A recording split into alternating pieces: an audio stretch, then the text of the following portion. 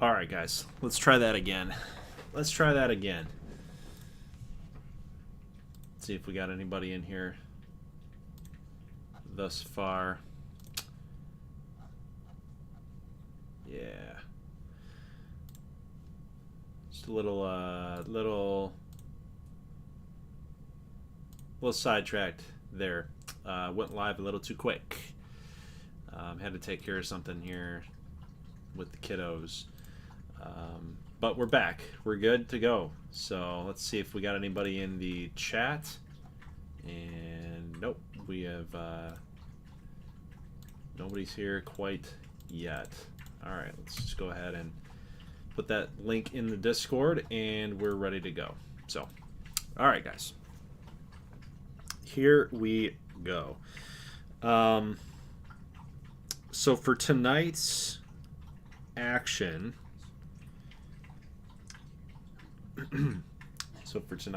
what is up with the chat here? I'm not seeing the live chat. There we go. Got you guys. Okay, we got Josh is in the house. We've got Christian Gamer. Sweet, sweet. Let us go ahead and make some predictions.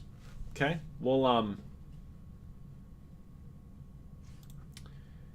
We will... How's the mic sound, by the way? Mic sound okay? Did some testing. Everything should be working pretty clean now. Mic's great. Yeah, I mean, dude, I don't freaking know what happened.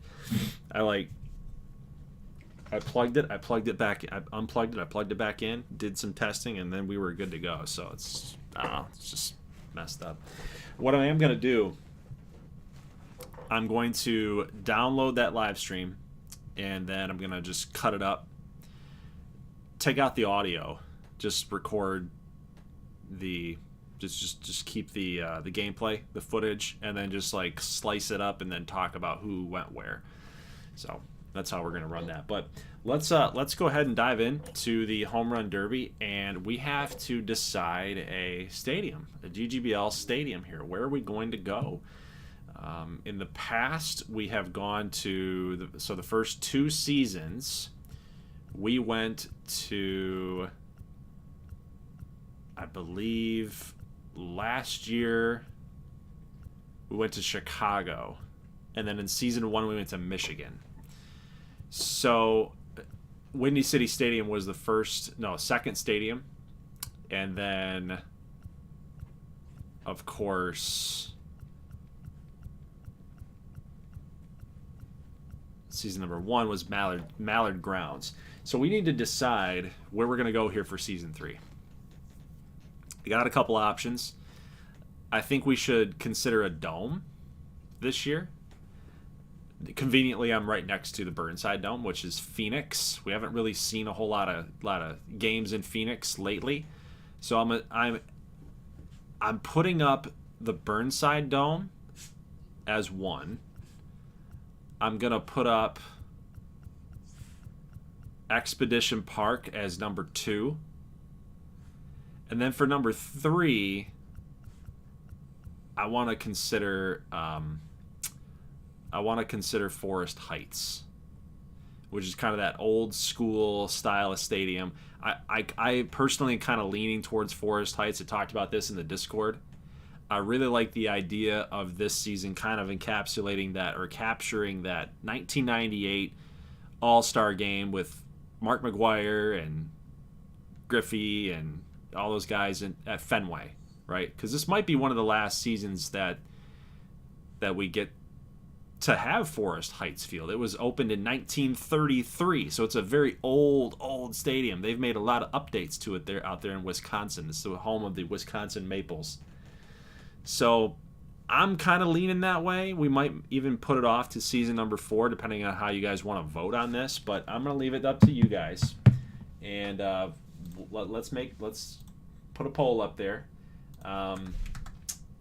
Which stadium for All-Star festivities?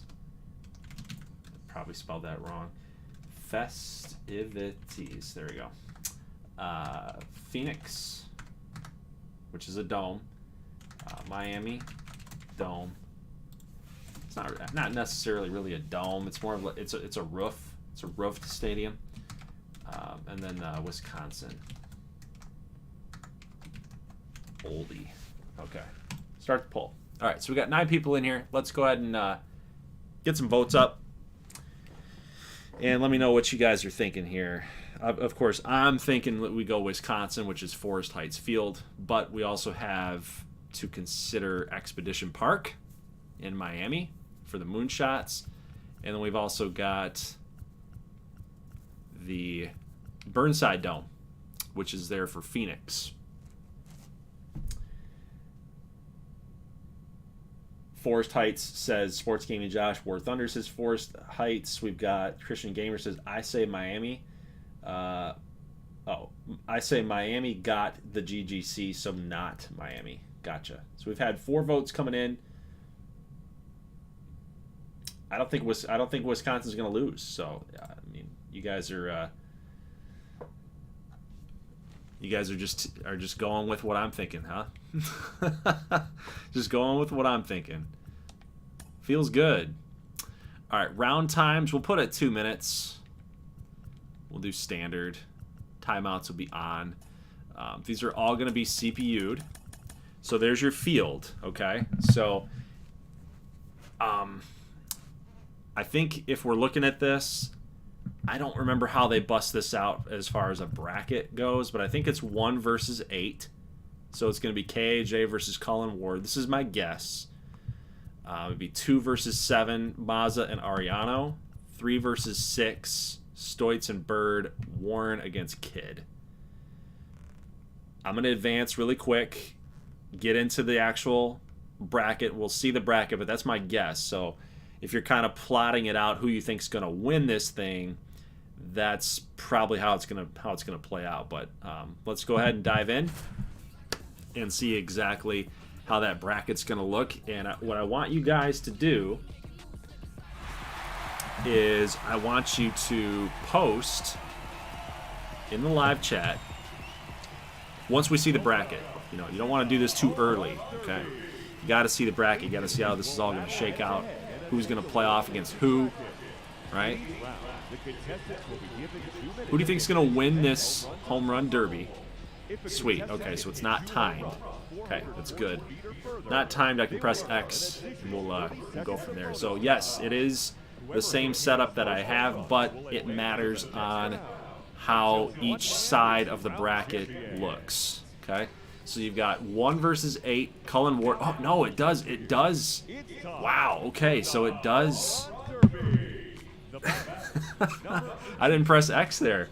But here's your bracket anyway, so we still got this up on our screen. So I want you guys to actually, instead of like picking a winner right now, I want you to submit the live chat like this. Okay, I want you to pick. We're gonna do something different this time around. I want you to pick who's gonna win in the round. Who's gonna win in the round? If you get it right, you'll get 50 channel points. That's good for 1 upgrade of your current custom players. Okay, 50 channel points for a correct answer on who's going to win the round between Cullen Ward and KAJ. Okay, 50 channel points if you get it right. Same thing, Buddy Kidd, Joe Warren. Who's going to win that round? 50 points if you get it right. So on and so forth for the right side of the bracket. Then you're going to tell me who's going to win in the semifinals between those 2 players, okay, that you guessed. So let's say I pick KAJ, I get 50, he wins. I pick Buddy Kidd, he wins, I get 50 channel points. Then I need to pick from the semifinals, KAJ versus Buddy Kidd, who's going to win that one. Okay, that's going to be worth 100 channel points. All right, but it's got to be from your picks. We're not going to do this round by round, okay? I'm not going to give you the updated bracket round by round to guess. So you kind of got to do the math in your head a little bit to like see who, and plot it out in your head who's going to be, you know, imaginary, what your bracket's going to look like. But there it is up on the screen, so you can kind of figure out what you think the championship's going to be on both sides of the bracket. Whoever you have winning is going to be worth 300 channel points. Okay? So we're going to go 50-50. We're going to go 50 by each round in the first round. Semifinals, if you get the guy correct, it's going to be worth 100. And then the champion, if you get that correct, it's going to be worth 300 channel points. Okay? Does that make sense? I hope it does. So Portugal says, for example, so Portugal's got KJ and Kid for the first round on the left side. Then on the right side, he has Stoits and Ariano. So at that point, Portugal, I need you to continue on and tell me who's going to win out of those guys. KJ and Kid, who's going to win that battle? Stoits and Ariano, who's going to win that battle? Okay, I need you guys to keep going forward. Keep pushing. Let me know what the semifinals are for you guys. All right? We're not going to do it round by round. You got to give me the whole entire bracket. You got to give me your whole entire bracket. It's just like college basketball. Just like college basketball. Just like bracket. Your bracket might be busted if your first round guy doesn't, it goes all the way and you didn't pick him or something, So, perfect. So KJ to win semis, Stoits to win semis, KJ to win. Okay, perfect. Got it. So this is all documented, so I need you to make this final. If this is your bracket, this is final. Okay, and we're gonna go back and look at it. You can't edit it, so it's there. If you need to make any last-minute adjustments, I'll give you like 30 more seconds to type that in, get it submitted, and we're just gonna go. Okay, and then I will do the math later on who wins what and how many points and so on and so forth. I'm gonna play too. So I'm gonna type it in the chat as well. But I'm gonna say Ward. I'll go with Warren. I'll go with Stoits. And I'll go with Mazza. And then I'm gonna go with Ward and Stoits for the finals. And then I'm going to go with Stoits to win it all. Because I think Stoits is just a monster. I think Stoits is a monster. Okay, so that's who I'm going to go with. Okay, so I want some channel points for my players too, because I've got a couple players as well. So Elias is in the house. He's going to make some guesses here too. So Elias, make sure you get a round 2 and a champion crowned for your bracket, and then we're gonna go. So let's get it underway here. So Cullen Ward is up, and so he's my pick. He's my pick going into round number 1. But it's not looking too good right now here with 2 minute timers, and he doesn't have a home run yet. And that was a big fly. Holy crap! 424. Got to figure this thing out here for left-handers. It looks like the stadium is a little too janky, right? A little too janky there on the right field side.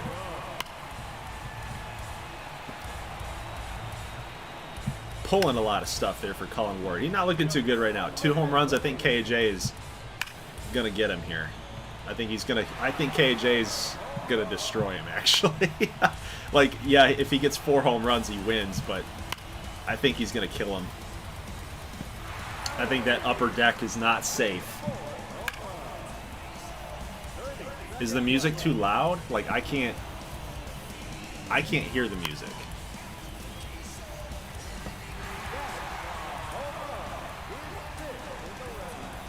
Music volume. Let's get the music back. Like, what's the differential here between the game volume and me? Am I too quiet?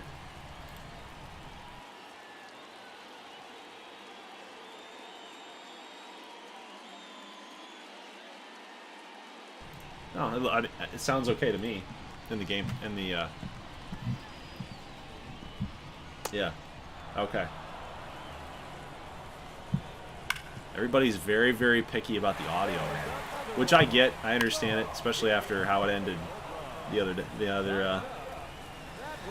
you know, this afternoon. But Cullen Ward's got 6. I don't think that that's going to be good enough. I think KAJ's got him. 28 home runs. He is the 1 seed for a reason. I decided to go a little bit. Different than the crowd. I think I might be paying for it here. KAJ. Oh, he's kind of starting off the same way as Cullen Ward did. Trying to figure out that right field fence. Finally got his first home run there. 425 to dead center. 130 left to go. He's now got 2. Well, he needs 4 more to tie. That one should go as well. Yeah, now he's on a roll. KJ looks like he's going to get this one, guys. It was a risky pick to go with Cullen Ward. But I like the Vancouver pop. I like the power. Oh, my God. Hit the scoreboard. Hit the scoreboard. 436. He needs 1 more to tie.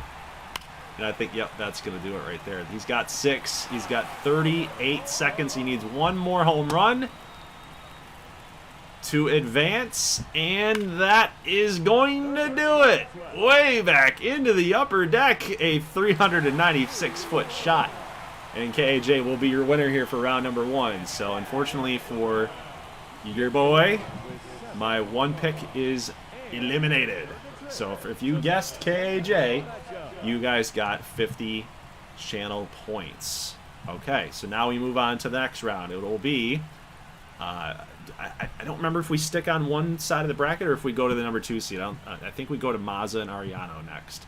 No, we do stay on one side of the bracket. So we do get to see Buddy Kidd, Cullen Ward's teammate, hitting 300 with a lot of power. 23 bombs so far during the first half of the season, and that is not going to be a home run. I got to tell you, I do love Buddy Kidd's swing. Look at that stance. You know, he buggy whips it. It's the old phrase there. I got to figure out whose swing he has, because he's got that little. I think it's McCutcheon. I don't know if McCutcheon. I can't remember if McCutcheon he pushes down on his knees or anything. I think he just stays back. I don't think he has the little scrunch that's going on there. But 4 home runs already for Buddy Kidd, and he's got over a minute left. So he's doing a lot better than Cullen Ward is at this point. KJ was a lock to get out in round 1 in my eyes. Yeah, I wanted to go a little bit different. You know, it was definitely a safe bet to go with KJ as the 1 seed. But, you know, you take a risk and you pay for it. We should have had, you know what we should have had to incentivize a little more upsets? We should have had something to be like, if you picked the lower seed and the lower seed wins, then you get a multiplier. That's what we should have done, you know. Make it a little interesting. All right, so I picked Joe Warren. I picked Warren, and he's got to get more than 7 homers, which, you know, I'm going with a little wrinkle. I think he should beat Buddy Kidd, but we'll see. I just like Joe Warren. He plays well in gameplay. All right, he's got 2 with a minute 25. He's got a good stance. I like that stance for the Las Vegas Nuggets. There's a deep bomb out there, 412. So he's got to get 4 more with a minute left to go. Can he do it? Can he find the power stroke? With 50 seconds left, you basically have to average a home run per 10 seconds. Can he do it? Well, he's got that one. He's got 35 seconds left to go. Basically, every swing from this point forward has to be a bomb. Nope, I don't think he's going to get it. So my 2 upset special picks don't look like they're going to work out, guys. 15 seconds to go. That one's got to go. It does. He's got 1 more swing. Can he tie? And no, he will go foul. And your boy loses again. Oh, he loses again. So Buddy Kidd beats Joe Warren. And my 2 upset picks did not surprise. So I'm still winless. I'm winless right now. So I personally need Mazza and I need Stoitz. So I went with the favorites there on the right hand side of the bracket. I went with the upsets on the left hand side. Kind of funny. So what's up, Madden Nation? I saw that he commented. Where did his comment go? Oh, there it is. He's just kind of hiding in between Josh and Christian Gamer. Sports Gaming Josh is 2 for 2, he says. Berg Mariano. Let's do this. That's funny. So Josh went the exact opposite of what I did. Went the exact opposite. Went with Bird and Ariano over Stoitz and Mazza, and then went KJ and Kid on the other side. That's funny. He went with upsets on the right-hand side. Oh, Warren was the higher seed? Okay. He was higher than Buddy Kid? What? How's my Saturday been? How's yours been, man? Mine has been eventful. Mine's been eventful. We,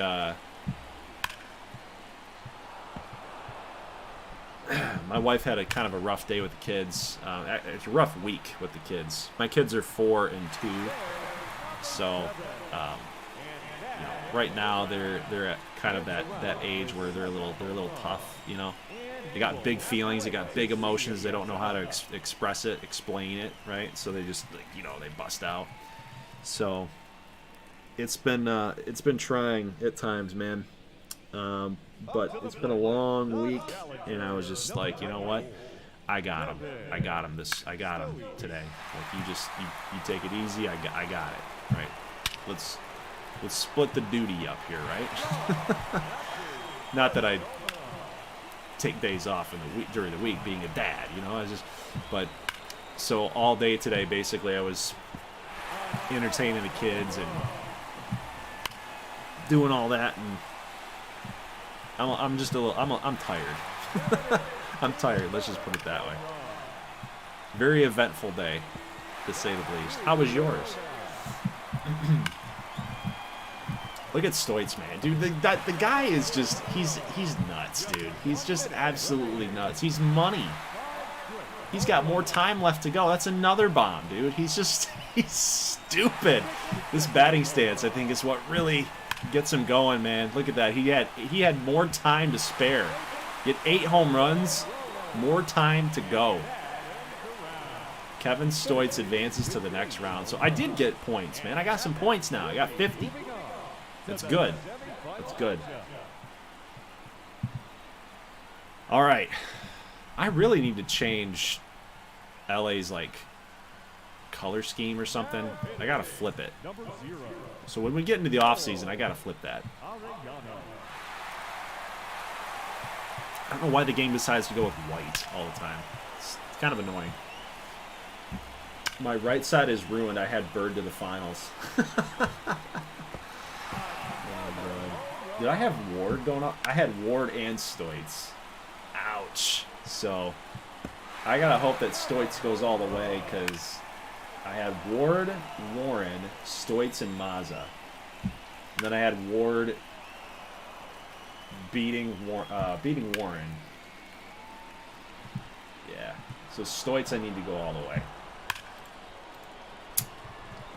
But Mazza, I think, even looking back at last year in the home run derby, I think he underperformed. So it's a risky kind of a risky pick.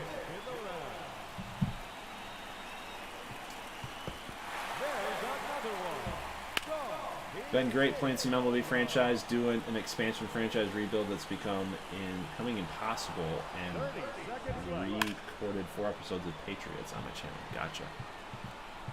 So you've been busy. Knocking the content out, it seems like. I think Maz is toast, guys. I think Maz is toast. He might hit 10.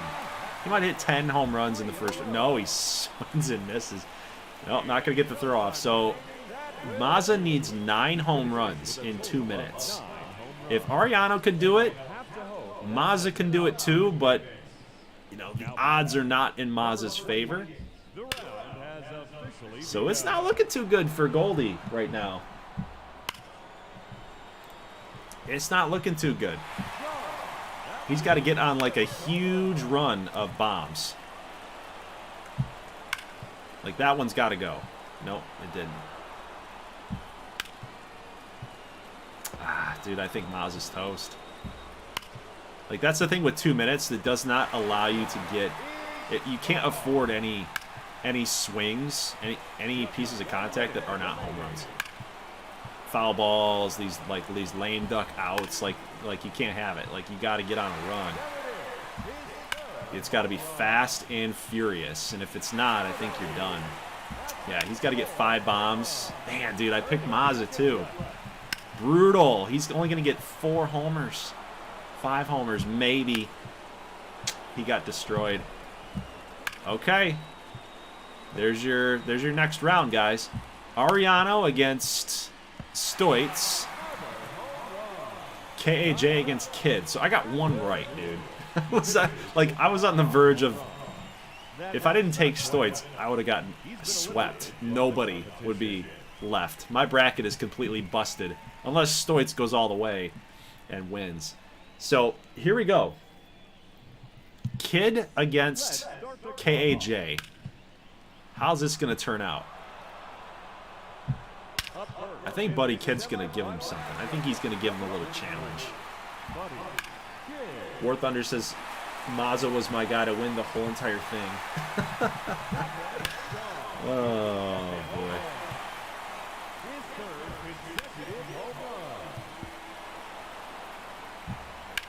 I apologize if you're getting kind of dizzy with the speed up, but it's almost like if we know it's gone, then let's just move through it because we got a lot of things to cover here tonight. Look at this. Look at Buddy Kidd.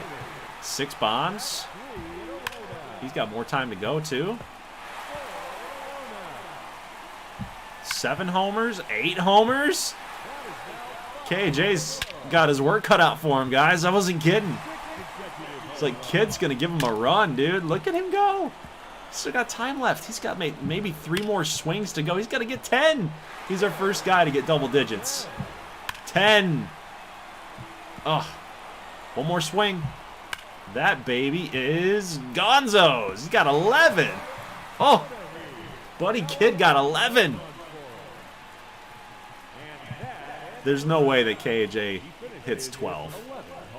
Sorry. Not going to happen. Not going to happen. You need basically every swing to be a bomb. That's 1. The thing with this stadium, too, is because it stops, there were some big shots that were only like 396, 413. Like, if that thing kept traveling, maybe it would get to the 440. You know? And then you could get it in the bonus time. But, yes, he's down 7 home runs with, like, 40 seconds to go. You can't get enough swings off. I think it's over. It's over. Buddy Kidd, there's a reason he's 3rd in MVP. Definitely. Definitely a reason for it.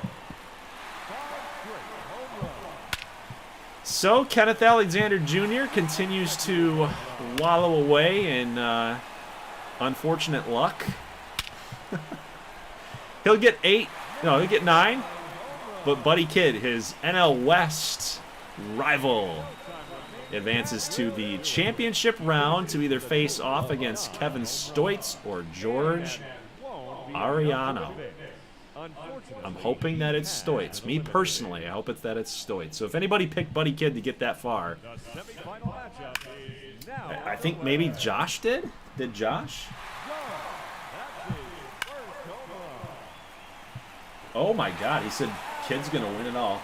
Dude, Josh, you have a knack for things GGBL related, man. You really do. You really, really do.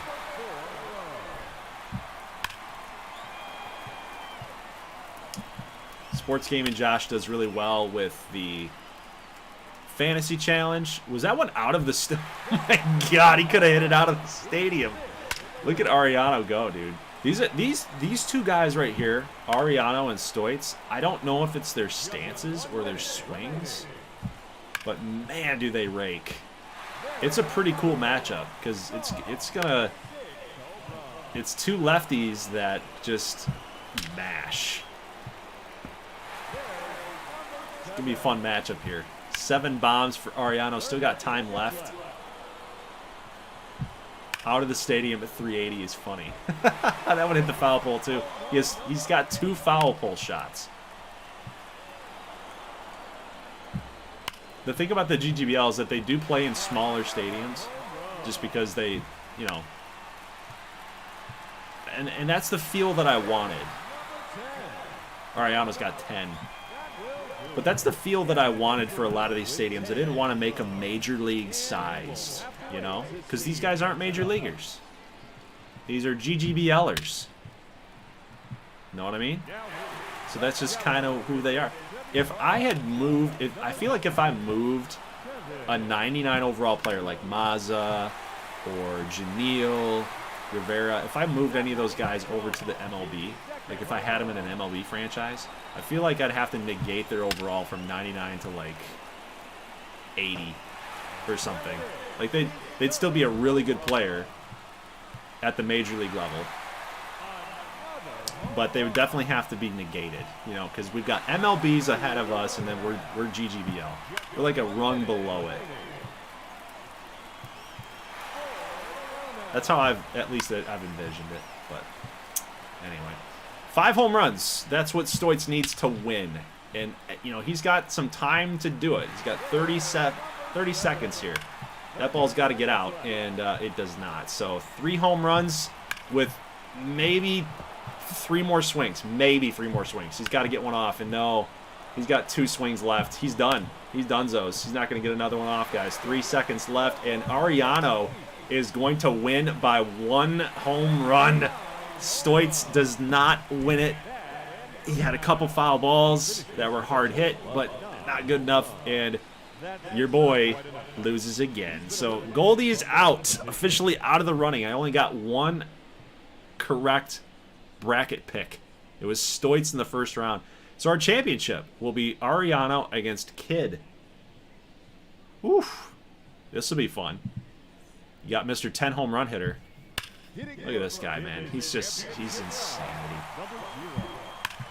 He's insane. He's insane. Ariano's going to win this whole thing. Is there a sweet spot for length of video on YouTube? No. I'd say no. I haven't found it. I haven't found it. There's videos that do well that are an hour long. There's videos that do well that are 9 minutes long. It just kind of, I guess I'd say, it just kind of depends on your audience.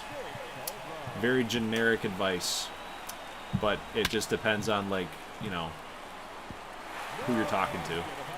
You know, who are you posting videos for? Are you posting videos for people that, you know, want quick cut style of vids? I don't know. It's tough, man. Don't ask me. Don't ask me about YouTube.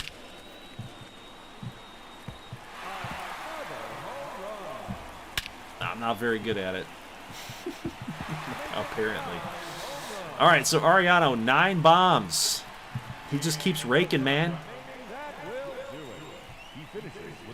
So Kid's got to get 10. He was the first guy to get double digits. So he definitely can do it. But Ariano's been so consistent throughout this whole entire derby. Are we really going to have a CPU guy winning the home run derby? We can't have that happen. It's got to be custom players, man. This is what we're all about. Custom players. Come on, buddy. Get it done. I have a 2 hour and 36-minute video. Oh my god, that's a little long. That's a little long. I mean, there's podcasts that go 3 hours. People love it. It just depends on your audience, man. That's all I can say. It just depends on your audience. My audience, I mean, YouTube recommends videos that that have good watch time. So, of course, the longer the video, the longer the watch time, you would hope. But let's get into this thing here. We got about 15 seconds left to go here when next pitch is going to be thrown. About 12 seconds, actually. Down by 2. Buddy Kid's going to get this one out. He's got one more swing with 5 seconds. Is he going to do it? It's a deep drive to right field. That baby's gone. We're tied up. We're going to a swing off. Buddy Kid on the last swing ties it up. Woo! So ties in any round are broken by a 60-second swing off. If they're still tied, they will go to, I think they have a limited number of swings. So we got 1 minute. 1 minute to determine the Season 3 GGBL Home Run Derby champ. And Ariano, so far, I think he's getting a little gassed. He's got 1 home run with 30 seconds left. That'll be number 2. 25 seconds. That is just going to get out. It's a line drive home run. 350. Oh, my God. Now he's getting on fire now. He's like, man, I got to go. I got to go. You can't get tired in this situation. You just got to find a way. Apparently didn't like that one. 3, 2, 1. 5 home runs. So Buddy's got to get 6. 6 home runs to win this whole thing. That's not going to get out. So Buddy's now at the stage with the time on the clock. Every swing's going to count here. Every swing's going to count. Can't make outs. There you go. That's the way. That's the one right there. There we go. 25 seconds. Got to get 3 home runs. Opposite field power. Look at that from Buddy Kid. 17 seconds. Line drive. Base hit, but 14 seconds. Need 2 home runs. No, he's not going to do it, guys. He is going to lose. Buddy Kid is your loser. He finishes in 2nd place. Ariano is the winner of Season 3's GGBL Home Run Derby. It's unfortunate. CPU guy takes the reins here. Ah, that puts a sour taste in my mouth. Dang it. I have no idea. Mad Nation, I have no idea. Longest video on my channel, I have no idea. I've got over like 1,500 videos posted on that thing, man. I have no clue. It's got to be something over an hour. Yep, but never 2 hours. 2 hours is insane. 2 hours is insane. All right, so your champ is George Ariano. So I don't think anybody had George Ariano winning your home run derby. So there it is. I hope that that was fun. I will go back and look and see who guessed what. And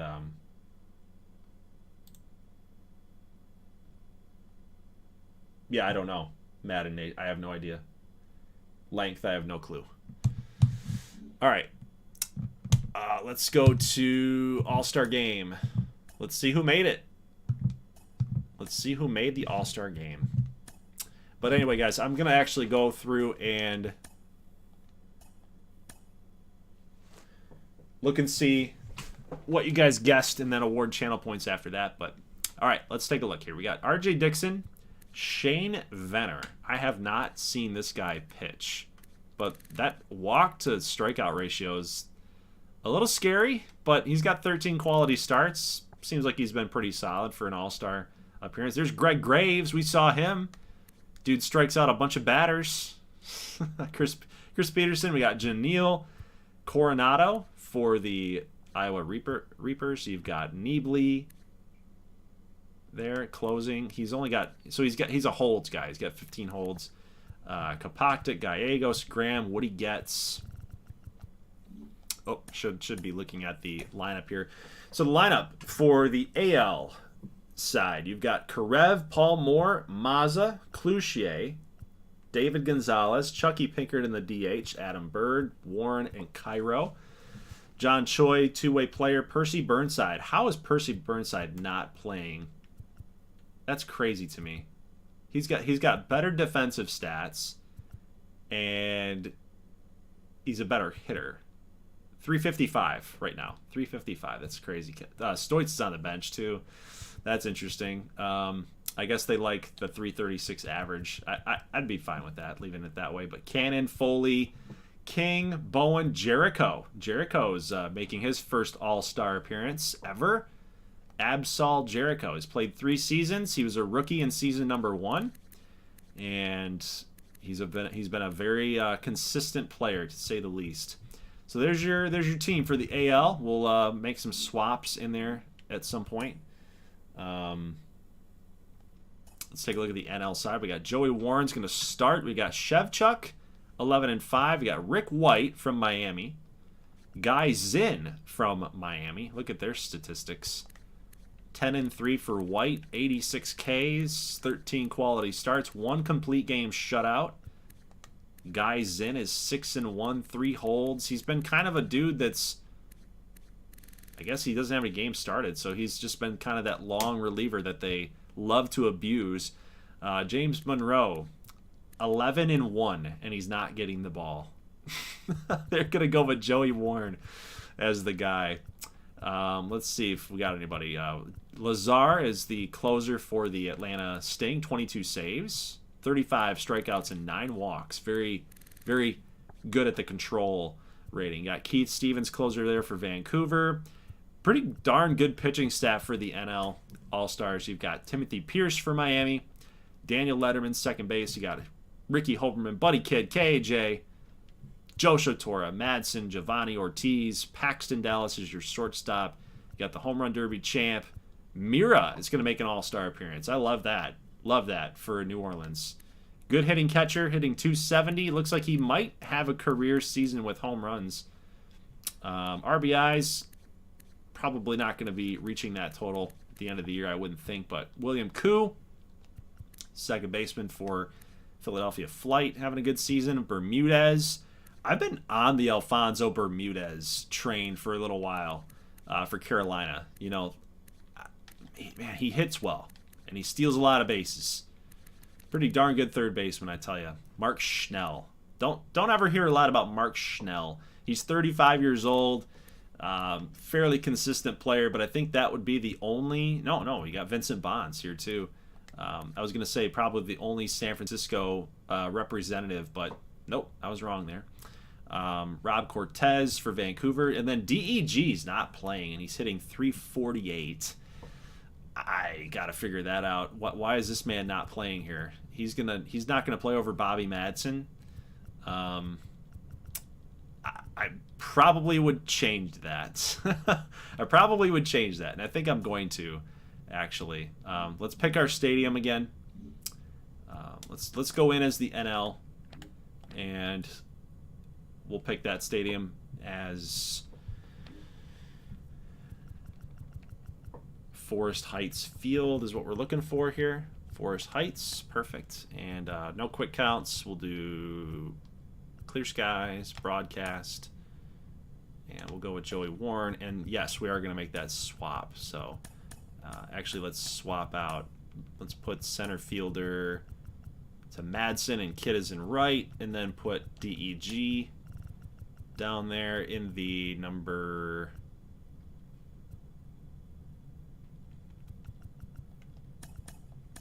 the number 9 hole. Let's do that. Okay, guys. So, you know the lineups. You know the deal. And I want to see what you guys are thinking here for the winner of the All-Star game. We're not going to do any like in-game bets or anything. It's just too much to track. I still have to award your in-game bets from a while ago. Okay? So it's a lot. It's a lot. So what we're going to do is we're just going to pick the straight-up winner. Okay? Pick the straight-up winner. Who do you think's going to win, the AL or the NL? And that'll also be worth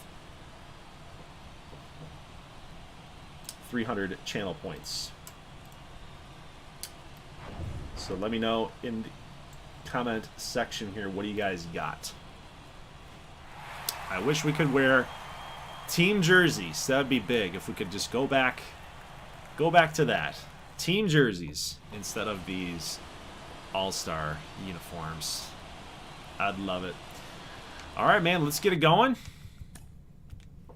Put it in the live chat. What do you guys think? Who's going to be your winner? And it'll be worth 300 channel points if you guys get it correct. I'm going to anticipate, if you want a bonus, let's do a 100-point bonus channel points. If you get,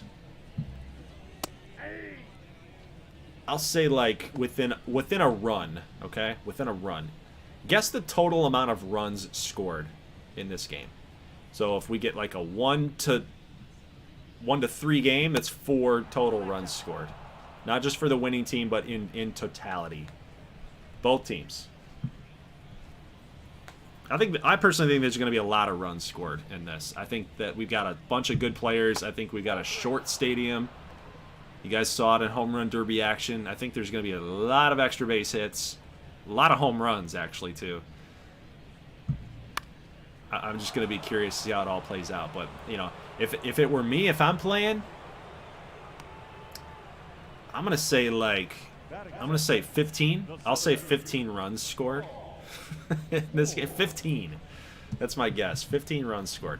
But if you come within 1 run, if you were above it, then I'm going to say you got it, right? If you were above it, like if there were 15 runs scored and you said 17, if you were above that, I'll give it to you. But if you were under it, if you're within 1 run, I'll give it to you too. So there's a little plus minus. There's a little give and take there. Little give. So let's say there's 10 runs scored. If there was 9 in reality, like you say 10, but there was 9 in reality, I'd give it to you. You were 1 run off, I'll give it to you. If there was you guessed 11 and actually you guessed 10 and they scored 11, 12, 13, 14, I'm still going to give it to you. No, I can't give it to you. That doesn't make any sense. I'm not going to give it to you at that point.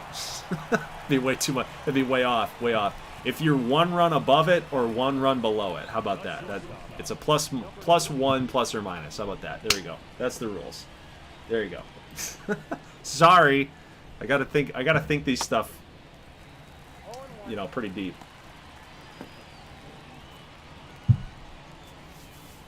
Think of it on the fly. You know, a lot of this stuff I just do on the fly. I don't ever plan for it or prep for it.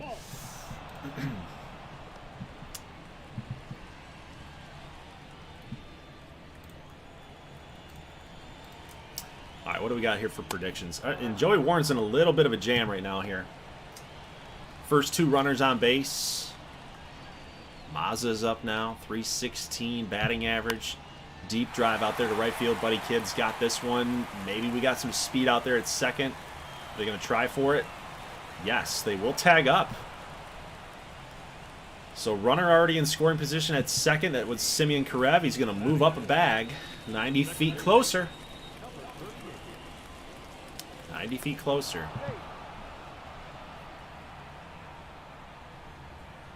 All-Star game at Forest Heights Field. Stadium that could potentially be on its way out. It's a cool stadium. It's an old stadium.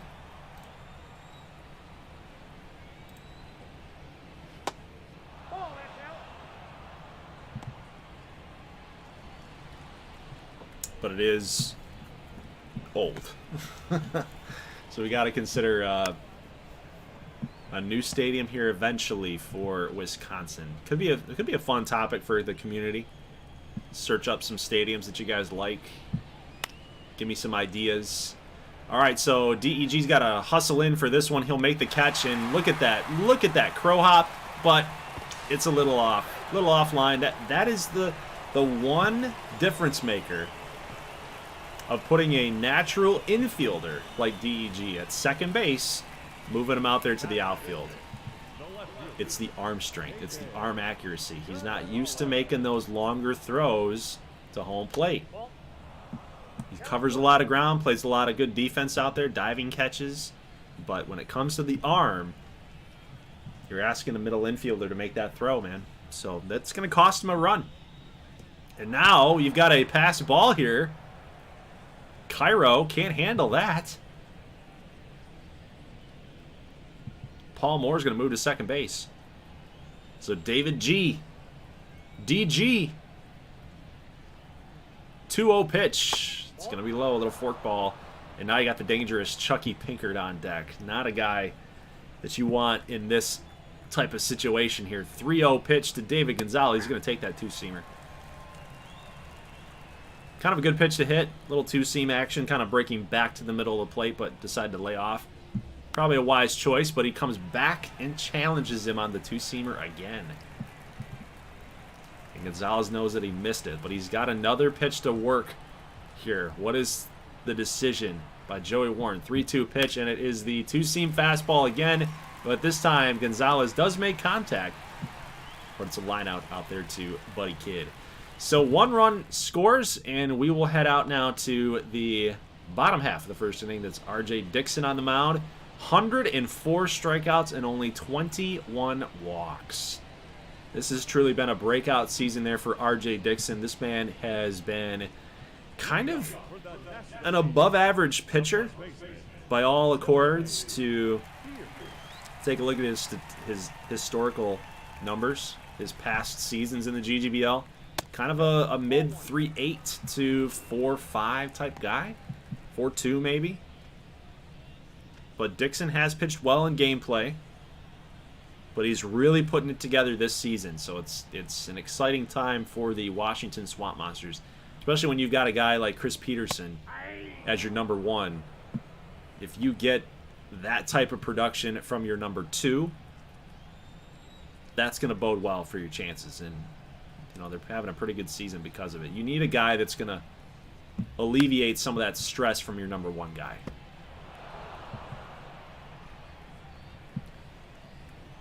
He's got a tough test here against the NL lineup. He's going to strike out Timothy Pierce. He's going to start that off with a nice-looking curveball. But this NL lineup is pretty tough. You've got Pierce leading off. You got Lederman as the number 2, and Hoberman as the number 3. Little deep drive out there to right field. I say deep, but for most ballparks, that'd be kind of a shallow drive. Only about 330 out there to the corners. But now we got Ricky Hoberman up, and kind of a down year for Ricky at 282. 15 home runs, but it's kind of to be expected at this point in his career. Reaching that 35-year-old mark. Kind of losing just a little bit of a step. It's an excuse, but it's a legitimate excuse. Age is undefeated. But he's hanging on. He's hanging on for dear life. Hanging on for dear life. He is down 0-2 against RJ Dixon. Looks like he's got that curveball grip right on the outside of the seam. No, he's going to go fastball 98. High and in, just missed. Very tempting pitch, but when it looks like it's at your elbows, I think Ricky's seen enough of those pitches to lay off. But 1-2 again. Looks like another fastball and check swing, and they're going to give the veteran the call there. He did not go. So another curveball by Dixon. He does like that. He likes that pitch. So here's the 2-2 to Ricky Hoberman. Fastball hit 99. High and outside. Couldn't pull the trigger. And Dixon is out of the bottom of the first with a clean half inning. Let's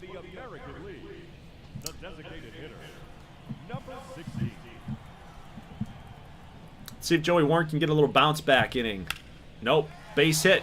First pitch swinging is Chucky Pinkard. First pitch hacking.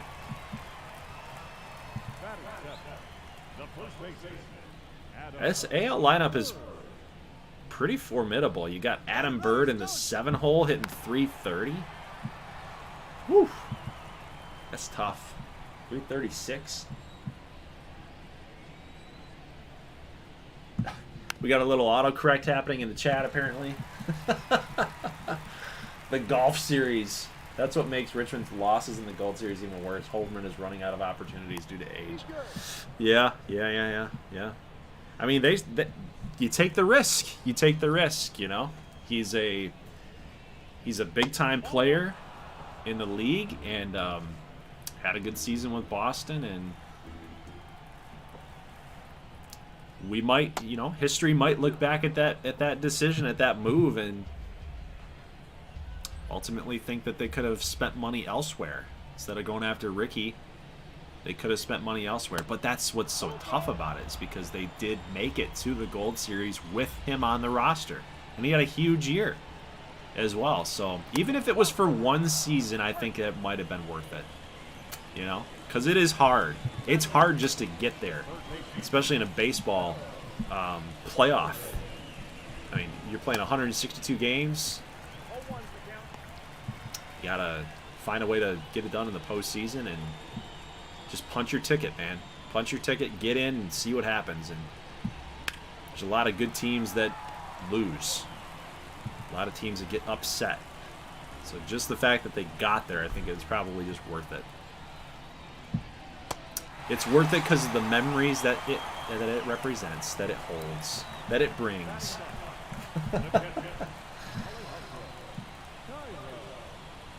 Rico Ramos, when Ricky retires, he can join the golf tour.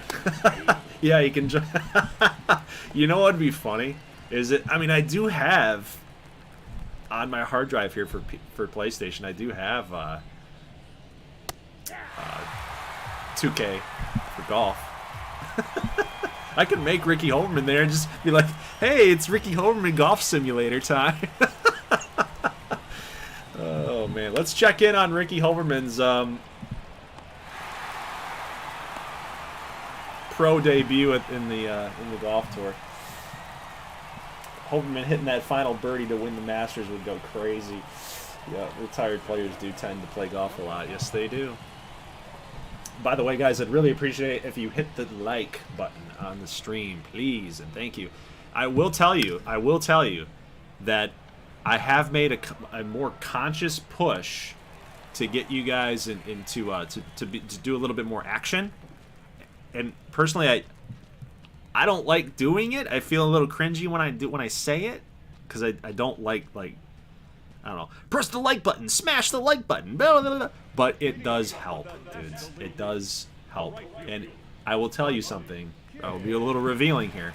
If you looked at the subscriber count recently, your guys' support of this series up until this point has been so instrumental in getting the subscriber count. In the last 28 days, we've pushed plus 30.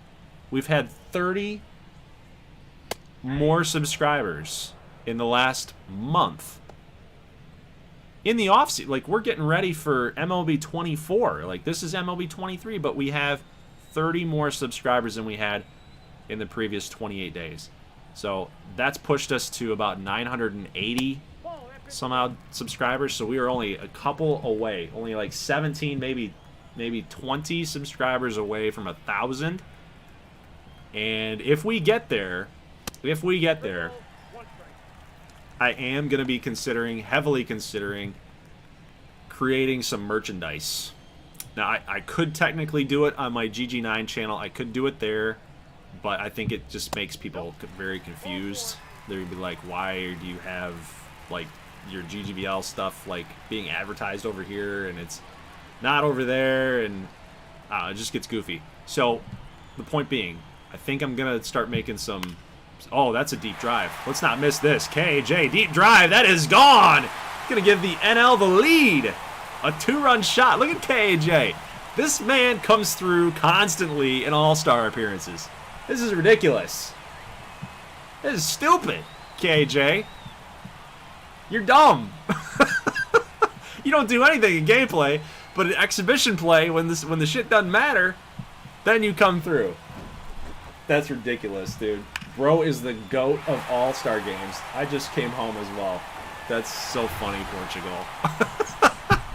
Your man comes through when it doesn't matter. What is this guy, man? What is he? I'm telling you, he is the Matthew Stafford. And I can't really say that anymore because the narrative is broke because he has a Super Bowl ring now. But at least like the Stafford with Detroit for all those years, the Lions, you know, Matthew Stats Padford, you know, padding those stats in the fourth quarter. Stuff that doesn't matter, he'll come through for you. He'll start putting up numbers. Oh my God. Anyway, but NL taking the lead here. KJ 2-run shot. It was a beauty. 384 on the blast. Joshua Tora trying to shoot the gap, but Paul Moore's got that one. Nice grab out there in left center field. But point being, guys, you helping out the stream, you helping out with the comments, you showing up for the live streams, it just signals to YouTube, like working in the background, the algorithm, it just signals it back and says, man, people are really digging this thing. You know, there's a lot of interaction, there's a lot of like watch time, people are like really digging this, and it pushes it out to other people. So I can't thank you enough, appreciate it tenfold, and you know, you guys are a main factor as to why that we're growing on this channel. So if we do get to 1,000 and we stay at 1,000, get to about 1,100, you know, a pretty consistent number there. We're not like, you know, dipping from 999 to 1,001 and blah blah blah. If we can hold a secure 1,000, a grand of subs, then I'll consider like launching some actual merchandise, maybe some hats. That would be kind of cool, getting like a Good Boys logo up there, Seattle Emeralds logo on a hat, shirts, merchandise, hoodies, all that stuff. Be really cool to have, of course, your favorite design, right? Your favorite logo of a team on there. You know, right now I don't even have anything like that. We're 3 seasons into this league, so I think it'd be kind of cool. I know for a fact that I would be, if I could make a jersey. If I could make a uniform and not necessarily wear it around, but like if I could just like post it up on my wall or something, it'd be Richmond's. It'd be Richmond's 100%. That cream, that brownish, dusty brown with the brown pinstripes. I'm telling you, man. I'm telling you. I know for some like jersey creators, especially like jersey creation companies, they'll ask you to like order, they'll make the jersey for you, like completely customized. They'll make it exactly the way that you think it should look, but they have a minimum order number, right? So they'll probably like say, no, we'll make it, but you got to order 10. It's like, well, what am I going to do with 10 Richmond Good Boys uniforms? What am I going to do with that? It's just I can't do that. But yeah, we'll see. We'll see. Let's see what you guys are saying here in the chat here. Nova Kane, missed the draft, but I'm glad I made it to the stream. Yeah, no problem. Nova, I'm probably gonna be. I had some mic issues, so I think I'm gonna be deleting that live stream. So if you can get past the mic issues that I had, you know, more power to you. But I think for the majority of people that watch this thing, I am going to end up deleting that video and just reposting like a recap of it. So, just a little FYI on that. Rico says Goldman put a Ricky poster on his wall. I just might. How nerdy is that though? Like, how nerdy is that? I'm putting a fake player, a poster. That was my childhood hero, man. But he wasn't real. Oh my god. A KJ jersey, says Portugal. Dude, why not? Why not, man? Let's just live our little fantasy out here. Ricky poster with his GGC RBI swing is centered. Oh, dude, yeah. Why not, man? That'd be sweet, wouldn't it? That'd be sweet. Elias says, I'll be right back. I'm going to go make 100 YouTube channels. Oh, that's good. Josh says the Josh Adams shirt jersey would be great, so I could burn it. Well, in that case, Guys, I'm still battling a chest cold here. So whenever you make me laugh, like it triggers a cough. So I apologize if I get crazy. But you know, you could be breaking the curse though if you do that, Josh. You could actually be breaking a curse if you got a Josh Adams shirt jersey, burned it. He might actually start hitting well. Just saying. All right, bottom two, we've got Dixon. A little bit of trouble. 2 down, 2 men on. Top of the order up now. Timothy Pierce. Let's see if he's going to come through here. That's a good point, Goldie. Yes, dude. I'm telling you. I'm telling you. These pixel people are real to me. Nova says, no worries, Goldie. I watched it before I joined the stream. It wasn't bad. Okay, all right. Well, I mean, if you... Dude, I have high standards, okay? If you couldn't notice, if you couldn't tell, I have very high standards for this stuff. And when I heard it play back, like I was listening to people in the live stream chat saying, "Yeah, you're good. It sounds great. It sounds good. You're good. You're good. You're good. You're fine." I listened to it after it posted, and I was like, "What the heck is that? It sounds terrible. It's awful. Get this thing off of my computer. I don't want to listen to this." Ugh. I was like, dude, this is cringe, man. This is like back in your 2018 days when you were doing YouTube content. Do better. Be better.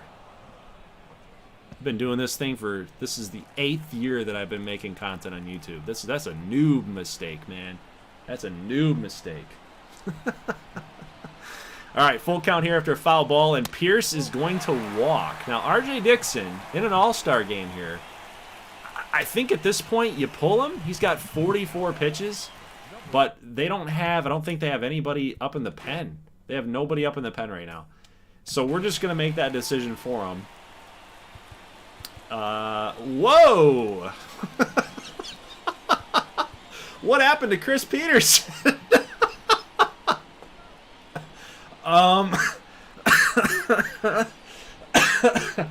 What happened? Chris, he went to Jamaica and never came. What is going on? Greg Graves, Shane Venner, what happened to you guys? Paul Neebly's good. Like, what happened to him? Jamie Kapatic is fine. Graham's good. Coronado's good. Matos is good. Everybody else has got their skin color good, man. But what the heck happened here? What is that? It's the John Choi curse. Oh, my God. I think we'll get Greg Graves warmed up. But he's fine now. Look at him. Look at him. He's a white dude. Pitching in the bullpen. Let's get, let's do Gallegos in there. He's good, too. Mr. Latino, he's good. Dude, I don't know, man. That's weird. What the heck is that? My brain is melting. This glitch in the shadow people curse are so funny. Oh, dude, the shadow people, man. You remember that back in GGBL 21? Dude, that whole entire... We had an entire gold series in GGBL 21 that was just ruined. We had to go play at Dodger Stadium. All because we had, you know, shadow people. Like, the game couldn't recognize the jerseys with the player models or something. I don't know what that was. That's crazy. It did. Oh, we got a deep drive. Lederman with bases juiced, but Karev is there, and Dixon gets out of it. But the damage was done. KJ with the lone hit, but it was a big one. Big time blast. All right, so we do have Mr. James Monroe coming out in relief. Having a darn good record here. 2-3-4 to go get on the AL side. I think he should be able to kind of mow through these guys. So the mic did not bother me, says Christian Gamer. Nova says it did sound distorted, so I completely understand. Yeah, dude. God. I don't know, dude. If you guys think it sounded fine, then I might just keep it up there. But, dude, like, it bothers me. It bothers me a little bit. It's a little noob. It's a little noobish. It's a little amateur. It bugs me. But, anyway, moving on. Moving on. Which Gold Series? It was the... I think it was the LA. It was the Knights. And the Firebirds. LA and Phoenix. Dude, guys, I have so much. I do so much content. I do so much content, so I post so many videos. I just don't. I'm not getting after you, Christian Gamer. I'm not getting after you. I'm just like, I'm kind of laughing about it because I just don't remember some of this stuff. I just don't remember. It wasn't Carolina and Phoenix. It was Carolina and... Oh, was that it? Was it Seattle and Carolina? Was it Seattle and Carolina? Because I think we had to play one at T-Mobile. I don't know if it was Dodger Stadium. I think it was at the one at T-Mobile.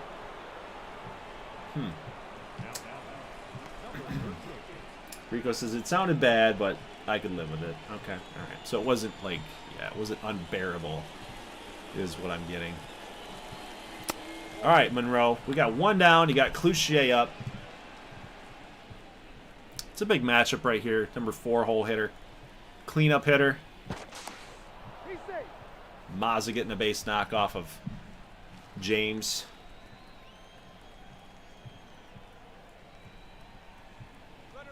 The 1-0 to Cloutier. Oh, we got a stolen base attempt here from Mazza, and he is safe.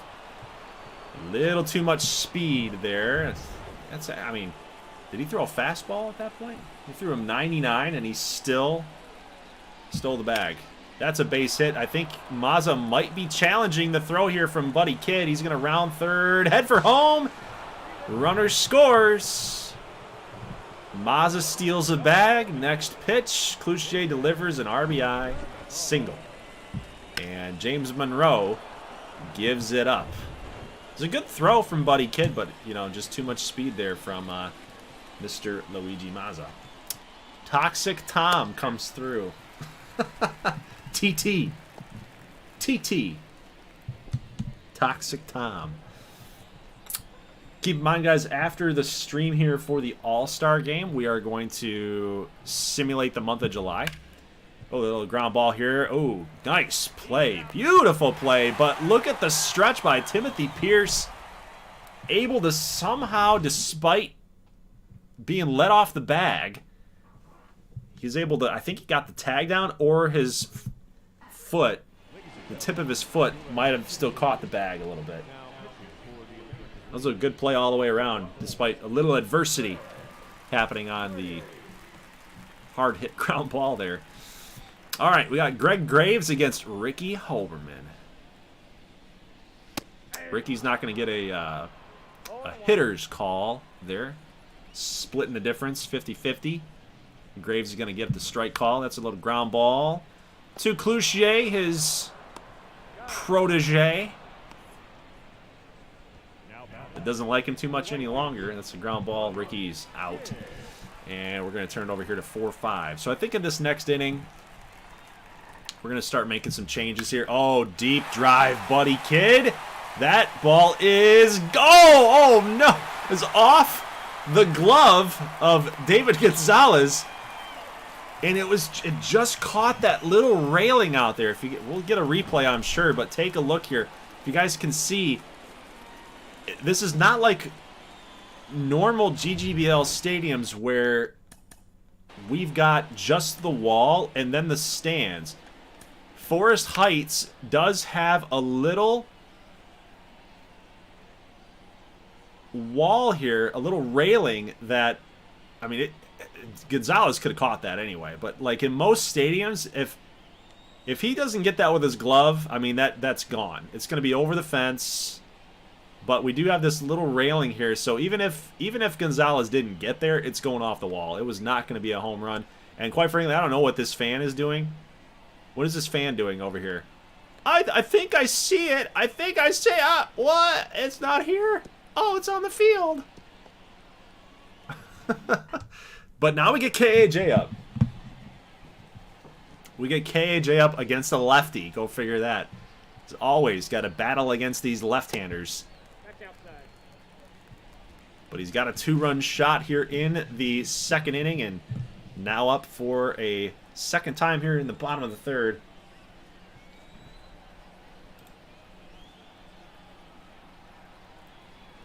Let's see if KAJ is going to come through here. Takes a fastball high.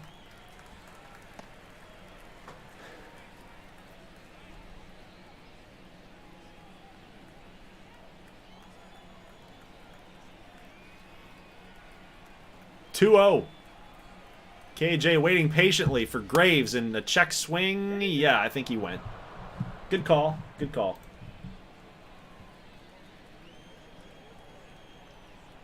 Just checking out the chat here. What was the cop out, War Thunder? What was the cop out? We got a steal to third base. What is Kid doing? Oh my God. I mean, he does get in scoring position. I mean, he was in scoring position, but you know, fly ball, he's in. So KJ's got a job to do. That one's gonna float foul. Got a little jammed. But Graves is a big-time strikeout relief pitcher, so this is big. This is big right here. Full count pitch. Graves to KAJ, and he got him. He got him fooled. He took a little extra off on the four-seamer, and he got him staring it down. It was a perfect pitch. Absolutely perfect pitch.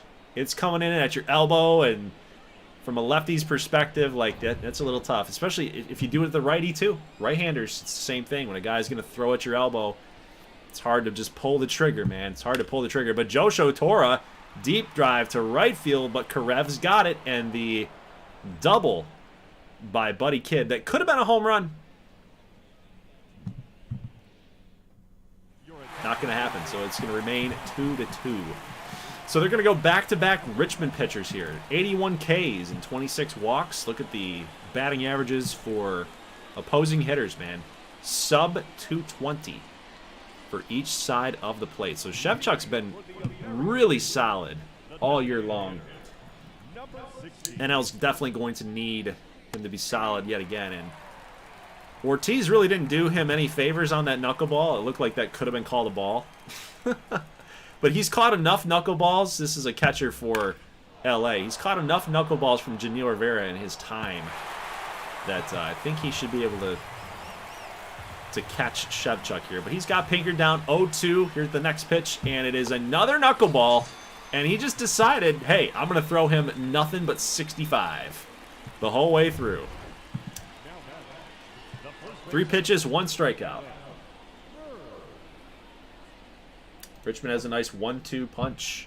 Yes, they do. It's delivering yet again for another first place standing in the NL East. Actually, best team in the NL. Also, for the second straight year, best team in the NL. But here's the problem: gameplay. Sim team and then gameplay. That's the problem. But Shevchuk's going to get another strikeout here. Is he on the verge of throwing in an immaculate inning? Could he actually do it? I mean, 3 straight strikes, 3 strikes to Pinkard. He's got 6 pitches. He could do it. He could get an immaculate. And as soon as I say it, I knew I was going to do it. I knew I was going to do it, man. It makes me so mad. Every time you call it out, you point it out, it doesn't happen. I bet you he's going to get 10. He's going to have 10 pitches, and he's going to have 3 strikeouts. 10 pitches, 3 strikeouts. No, never mind. Deep drive, Joe Warren, and DEG is there. Nice play out in center field. That's why you have the speedster in center. Oh, well, that guess was wrong. All right, Shane Venner. He got his melanin back. He's got his shade of melanin back. All right, here we go. So 4th inning, we're going to make some changes. let's go to the AL side. Sorry, guys. Like I said, I'm still battling over here. Paul Moore is going to be replaced with an outfielder here. Let's do Janelle. Let's do Janelle Rivera. So this means he can't pitch, which I think is fair because he had like 75% energy anyway. So let's do Janelle Rivera comes out to center field. And we will go with Choi out there in left. No, I want to put Choi out there in left for David Gonzalez. Maybe Choi will actually make a catch at the wall. Kidding. Cloutier, I'll leave him in for a little bit longer. Bird we can replace for Stoitz.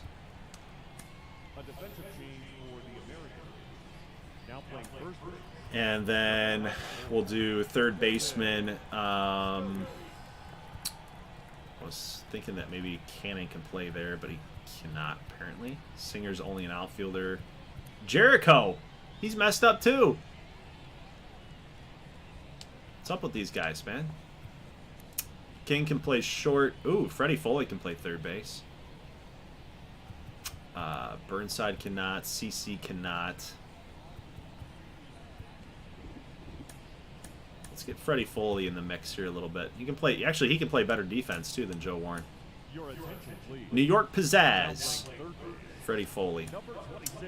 In the last position we will swap is Cairo for. We'll do. We'll let Percy come up in a more clutch spot. We'll put CC in. Give him some playing time for Nilk. And that's all the changes I'm going to make on the AL side. So NL side, isn't that such a beautiful stadium? Just look at that. Look at that view, man. Flags in the background. I just want to play here, man. I want to play. I just want to play. I want to play. But I can't. I can't.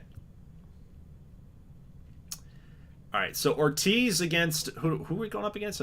Shane Venner, I think he's a lefty. Got 91 contact, 43 power. So what do we have here on the bench? We've got Nacho as a switch hitter. I think he's probably the call. You could go with Parveen Mira. I'm gonna go Nacho. Nacho for Ortiz. Look at Nacho. Look at that big boy. Look at that big boy. And let's just hope the CPU actually does some pinch hitting.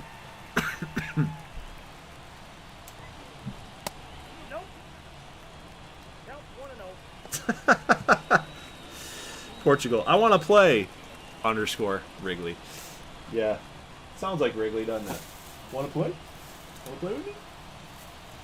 Want to play? Oh, Wrigley pup. Good dog. Nacho! It's a good call. It's a good call to get him in the game. I think, by the way, I think I was cut off from a big play. I think it was... What? Colton Cannon is playing out of position at third base. You may want to replace him. When did I put Cannon into the game? What is this? I can't get out of this.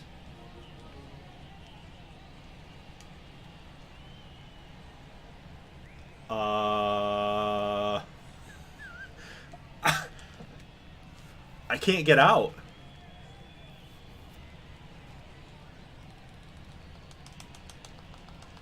I'm mad, dude.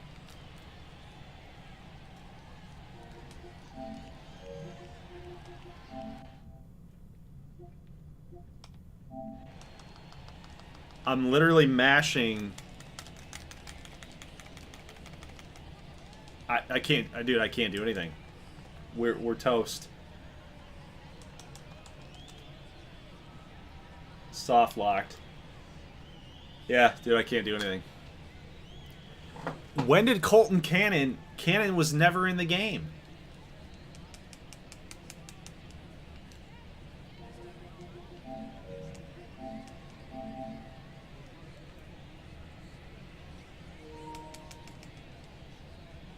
All right.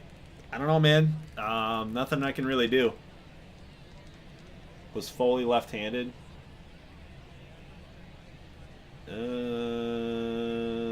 Foley could be left-handed. Yeah, probably that was the mistake. But, oh, you know what it's doing? There's no one else that can play third. That's what it's doing. There's literally no one else on the bench that can play third. That's what it's doing. Crap, dude. So what? What's the... What was the score? Was it 2-2?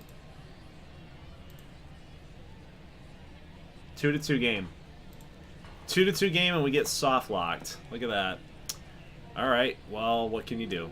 Gotta back out, and I'm not playing the game again. That sucks, dude. That's unfortunate. I don't really know what you do at that point.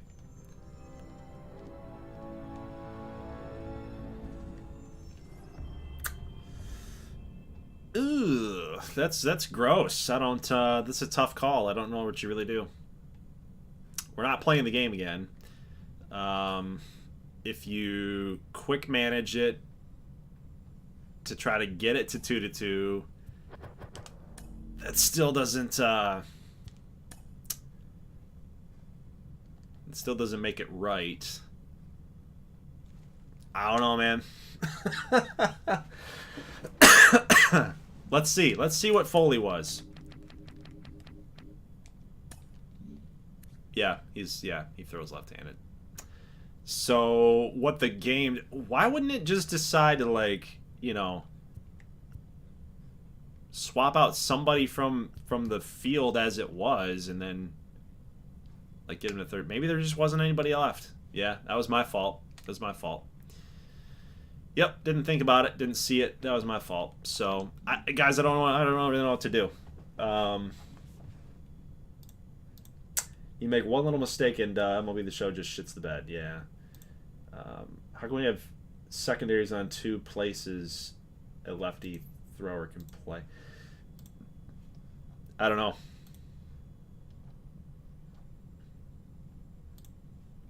I don't know. It shouldn't allow you. That's the other thing. It shouldn't allow you for a guy to have that secondary position if he throws left-handed. If it's not going to let you do it anyway in game, then he shouldn't have that, you know? So, yeah, man, I don't really know what to do at this point. Yeah, I mean, we could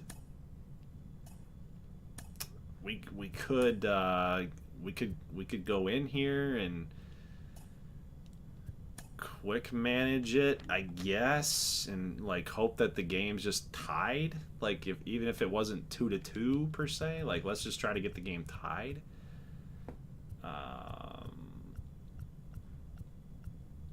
Try to make it fun from a shit sandwich. Yeah. So where was the mistake made, right? It was on the AL side.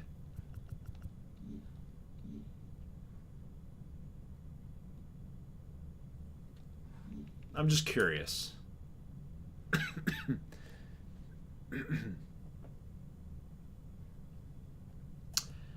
I'm just curious. So where was the mistake made? So Mazza was still in the game, wasn't he? Yeah, Mazza was still in the game. I didn't replace him. So he could have moved to third. The game could have said like, oh yeah, well let's put Mazza to third and then we'll put Colton Cannon at shortstop. Or put King at shortstop and then move Mazza to third. But I didn't want to do that. Wow, that sucks. Okay. So here's what I think I'm going to do. So let's just see if we can keep the game tied. What inning was it, by the way? Just sim 4 innings. Let's just try to keep it tied. Look at the runs scored right now. 3, Ball 4, take your base. Single, single, single, double play, single. It's now 3-0. Solo home run, Buddy Kid, KJ, double. Joe Show. Sorry, guys. Jeez, man. I'm really struggling here. More ground outs, pitching change. We got James Monroe. Still found the same formula here. 1 run scored. Runners thrown out. Shevchuk. Man, they had a plan, didn't they? Dixon is now thrown, what, 3 innings? So we need to make a change here. Who was the next guy that came in? Graves. Strikeout, ground out, fly out. Shevchuk, pitching change to Rick White. Cloutier, ground out. Graves. Are they going to score? There's a walk. Here's KAJ. I think we can watch this. Let's watch this. There's 2 outs, Greg Graves and KAJ. So we're redoing it. We're redoing it.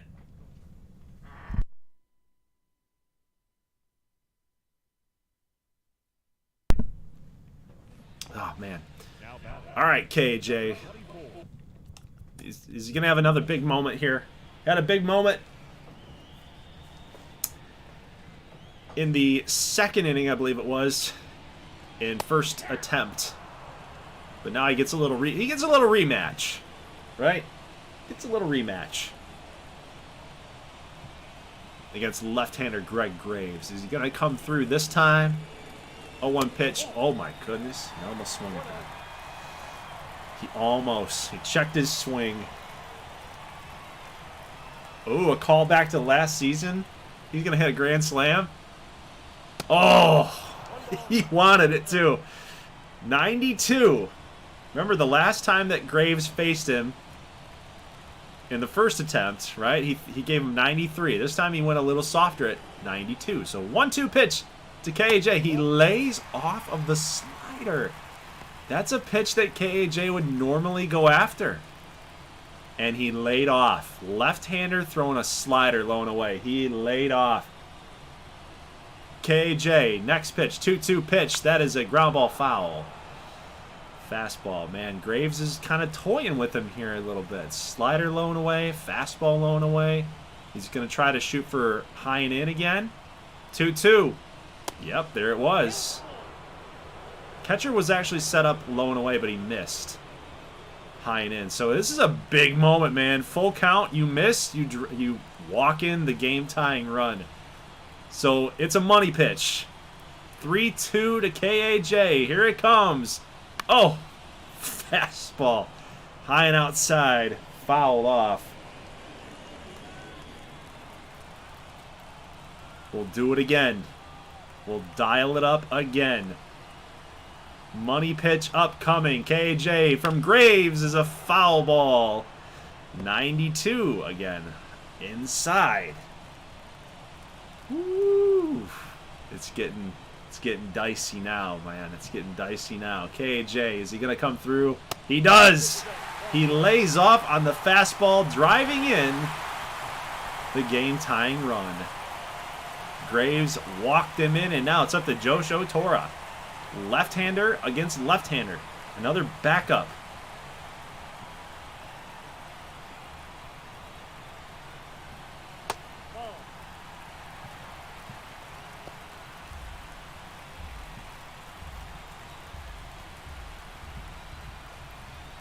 I'm trying to figure out what I meant by that. I'm trying to figure out what I meant by that. What? Another backup? What do you mean? I think what I meant was another left-hander is back up. That's back-to-back. Back-to-back left-handers is what I meant. There you go. 2-0 pitch. Joe Show. Oh, foul ball. Another backup. Yeah. That's what it was. Another left-handed hitter back up. That's what I meant. There you go. All right, so 2-1 pitch. Change up. Ooh. Is he going to dial up here on a 2-2? Josho Tora. Oh. Good wood on that one. You could hear it. Just splice it together in post. Yeah.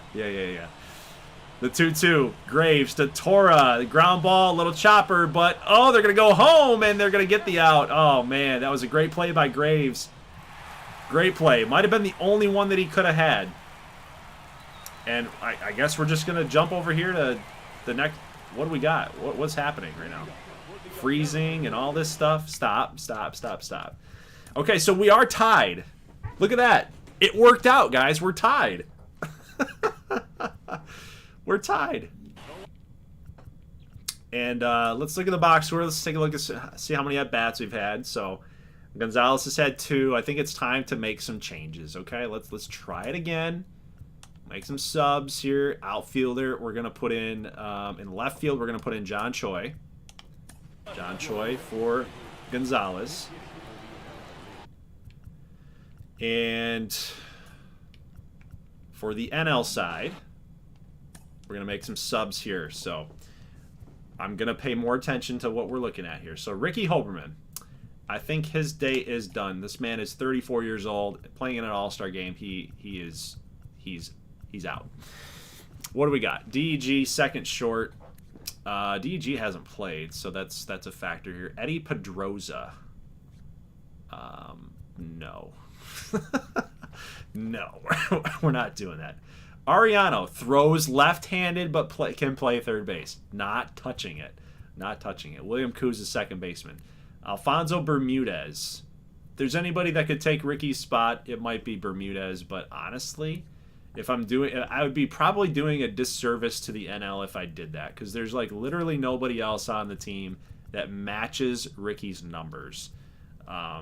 He's the 99 overall, so that doesn't really do much for the team. Josho might be able to be replaced, I think. Do we have any outfielders here? We got DEG, Cortez. You got Vincent Bonds, who should probably get some playing time. I think that's probably a good decision. Let's go Vincent Bonds here for Tora. We'll get Bonds some playing time out there. First base, we can do that for Ariano. Pierce for Ariano.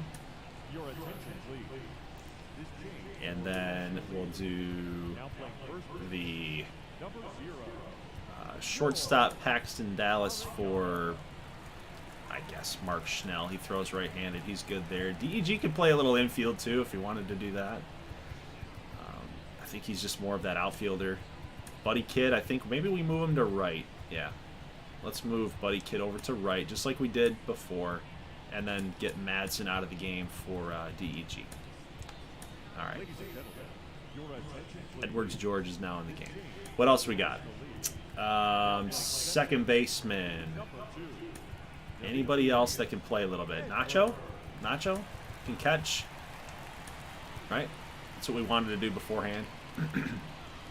Nacho is in fact a catcher, so he should be able to play that with no problems. Anybody else? I think we're good. For right now. Middle innings. Let's go with it, right? And then for the AL, we'll make changes a little bit later. But top 6, 3 more innings to go. Tie game. I think this is perfect. First game was tied 2-2. We'll do a little resim. 3-3. And if you are just skipping around, guys, if you are skipping around, this is for all of the people that are watching this in the post live stream. If you're skipping around and we're here in the 6th inning and the stats are not adding up for you, the box score is not adding up at the end of the game, it is because we moved a left-handed thrower to third base when the subs, and there was no other player on the bench for the CPU to like make a decision on where he should go. So it basically soft froze on us. I couldn't actually get out of the substitution screen. So we had to basically back out, come back in, quick manage, try to hope for a tie at some point, and that's what we got. So 3-3 game. It was 2-2 in the first try. It was 3-3 now, and I think that's perfect. We were hacked.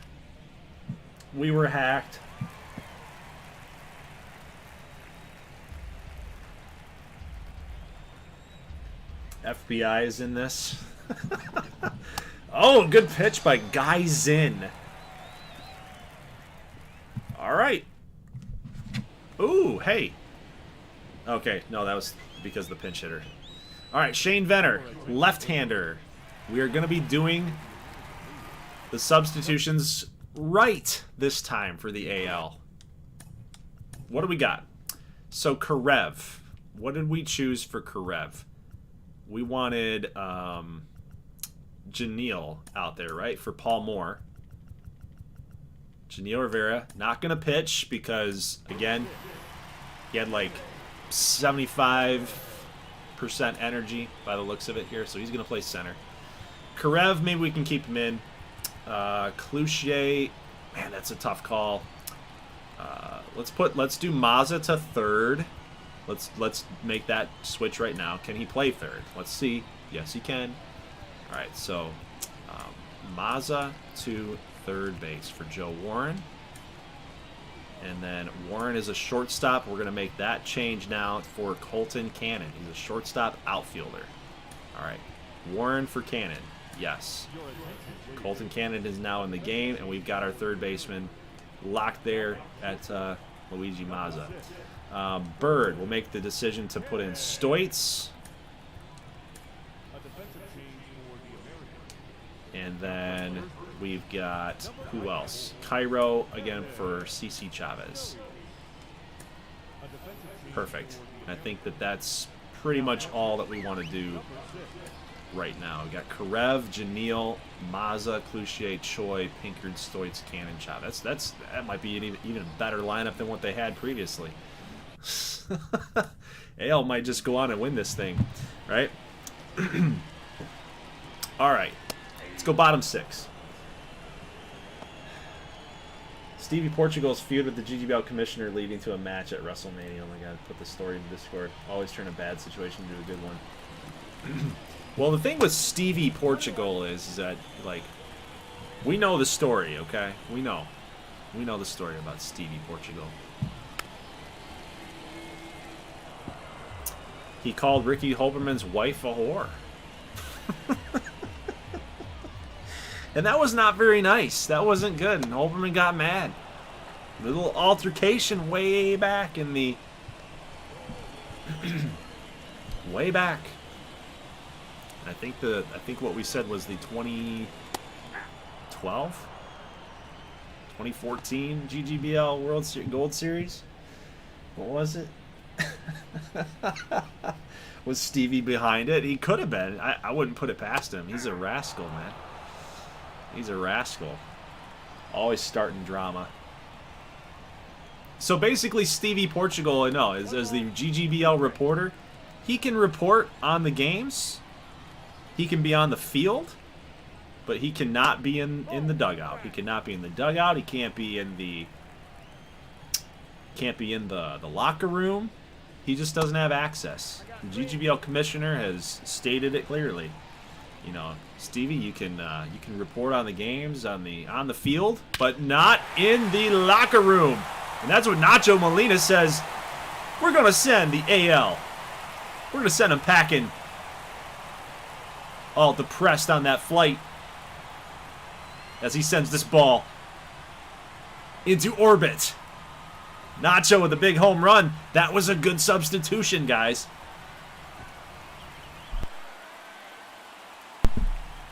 Good substitution. Nacho Molina, first at bat, he goes way deep and way gone. Upper deck blast. That's the one thing I love about this field. Forest Heights Field, I love that. You can get some upper deck moonshots. That's what I love about it, man. It's awesome. Nacho Supreme. Oh, dude, that sounds good right about now. But I'm being kind of fat. I ordered the $19.99 deal today from Domino's. I still got some leftover pizza in there, so I can't be thinking about Taco Bell, guys. Don't let me think about Taco Bell. I'm getting fat, man. I'm getting fat. Just pounding all this garbage food. Making content for you guys, man. That's what it is.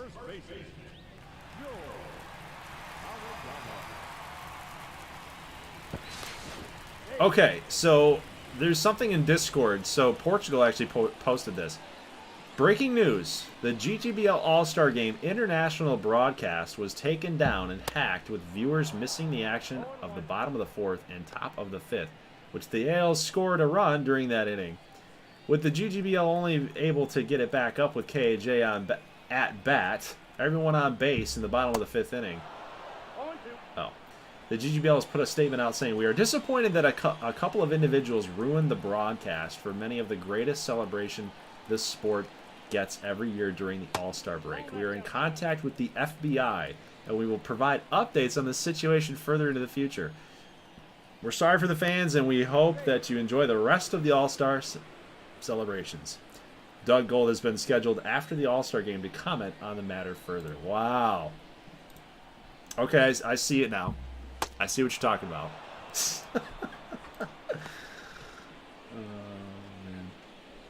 I'm good with that storyline, yeah. As long as the innings match up and it makes sense, then I'd be good for that. War Thunder says, "I've only had Domino's once in my life." What is that, War Thunder? Domino's is great. Christian Gamer says, "I got Domino's today as well." That's hilarious. That's hilarious. Look at this play by Colton Cannon. Woo! What a play. In the hole and a little flip over to second base. Love that. I'll pass it off to you if you want to do anything with it, says Port. Well, you know. I'm good with it. I think it's funny. It just goes to show how the GGBL is somewhat amateur hour. Still 35 minutes behind, which means it'll take like 30 minutes to catch up. Matches up with the innings. Okay, War Thunder says he doesn't have a Domino's in the area. Well, man, you're missing out a little bit. Domino's is good. I like it. It's good. Like if I had to pick that, I don't know if you guys have a Hungry Howie's anywhere. Hungry Howie's is solid. I honestly prefer going to like the mom and pop shops, like the family restaurants for pizza. You know, not the big brand pizza. That's what I prefer. Like we have a place called Mario's. Like it's Italian restaurants if they have pizza that are known for their pizza, not Italian restaurants that are known for their pastas or you know stuff like that. But Little Caesars is underrated, dude. It gets so much flack. It's like it tastes like cardboard. It's like, dude, no, like you gotta get the right hot and ready. You gotta get the right hot and ready. Sometimes you get a hot and ready that's not so ready. Okay, it's just been sitting there for a little while. They anticipated too much business and it's just been sitting there, and you get the hot and ready that's old, right? But if you come in and you order a hot and ready and it's literally coming off the press, dude, it's Little Caesars is money, man. Little Caesars is money. But yeah, so I do like going to actual like Italian restaurants for my pizza. But when it gets kind of expensive, like it's over $30, $35, it's like Domino's $19.99. You're who I'm going with. All right, so it looks like Ricky Hoberman has been replaced for the NL. They've got a lead in the 7th inning. I guess they like Bermudez in this matchup with Francesco Gallegos. So we'll see. We'll see how it goes here. Little Caesars is good for the money. Exactly. You know, you can get a large hot and ready, a 2-liter, crazy bread and sauce. Like I think it's like for us is up here. It's like $17 in total. $17. Ground ball here to Mazza. He might have to play the whole game. Stoitz with a nice little pick. And that's the first out of the inning. Don't know if this is a hot take or not, but I despise reheated pizza. Ooh, sports gaming Josh. Oof, man, dude. It's a little bit of a hot take. I don't know. I personally For me, man, pizza's like my go-to, man. It's just, I could eat it every freaking day. I could eat it every day. I would not get tired of it. It's just, I don't know, man. It's just me. I can't explain it to you. Pizza is it for me, man. It's it. I could literally eat it every single day.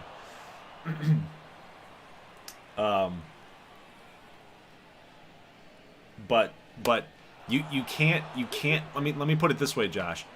You can't put, there's some pizza brand, plural, that you just can't put in the microwave. You can't do it. You'll ruin it. You'll ruin it if you put it in the microwave. You can't do it.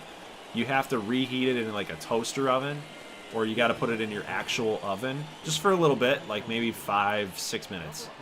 400 degrees, 5-6 minutes, you're good.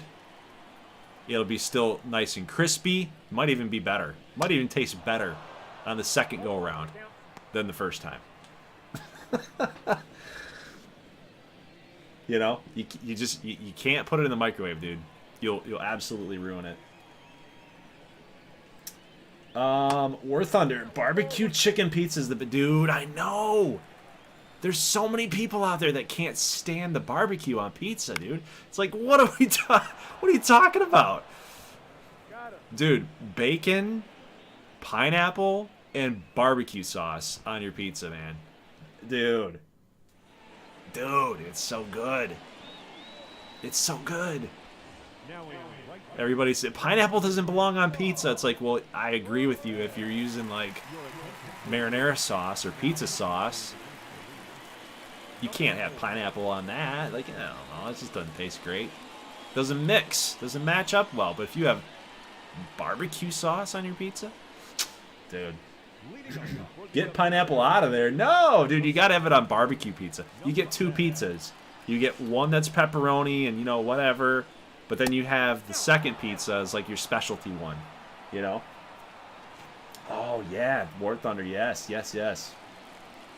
I like eating my pizza with root beer. It's the best kind. Dude, yeah. Cherry Coke. Cherry Coke, cherry Pepsi, cherry anything. Look at the... Whoa, what a play. Jeffrey Lazar on Janeel Rivera. He's got speed, so you got to get going. Made a nice play. Freddie Foley's going to pinch hit here. I don't know who he replaced, though. That's kind of a problem. Number 3 hole hitter for the AL. But he's going up against Lazar. He's been pretty effective as the closer for Atlanta. So it's, you know, my 15 runs prediction, not panning out here too well. It wasn't panning out too well in game number 1 either. In our first try, our first sim. 7 runs in total. So if you guys guessed that number, I think, you know, you're looking pretty here. I tracked every pitch only for it to not matter. Oh man, Kook, dude, I feel you. I understand completely. I didn't like it when it happened either. I'm gonna go scream in a pillow after that. People who hate root beer are missing out. The ham is the worst part of Hawaiian pizza. Yeah, I'm okay with it, but I can't do it every time. Like, I'd rather have bacon. If I'm doing like a Hawaiian pizza, I'd rather have bacon on it than ham. I don't know. I just can't do the big slices of ham all the time. Blame the hackers, says Portugal. Yes. Literally, pizza favorite food, root beer favorite drink. Dude, root beer is solid, man. It doesn't... It just doesn't, you know what? I saw a meme the other day. Might have been like a couple months ago, actually. It was funny, but it had like A&W, Barks root beer, and there was another root beer brand. Like, I think it was Mug, actually. Mug root beer. All 3 of those brands, like, lined up right next to each other. And along with, like, Coke and Pepsi. So there's one picture of Coke and Pepsi saying, like, while these 2 soda titans were duking it out, these three root beer brands were just battling a Cold War that it was just funny. It's like you never see any advertising for Mug or Barks or A&W. They just kind of just stay in their own lane. And it's like, you know, we're here. We make pop. We make soda. Oh! Oh! Robert Hardesty from the Pittsburgh Hammers. 2-run shot. The AL will take the lead 5-4, and I just jinxed Jeffrey Lazar, I think. Oh no. I think I jinxed him. It's like, man, he doesn't blow a lot of saves. He's been pretty solid. But a 1-out, 2-run jack. Got the AL on top, 5-4. From a pretty unlikely guy, Robert Hardesty. Not a dude everybody knows and remembers, but he does have a pretty good season under his belt right now. 17 home runs for this guy out in Pittsburgh. Just, you know, kind of just one of those dudes that flies under the radar.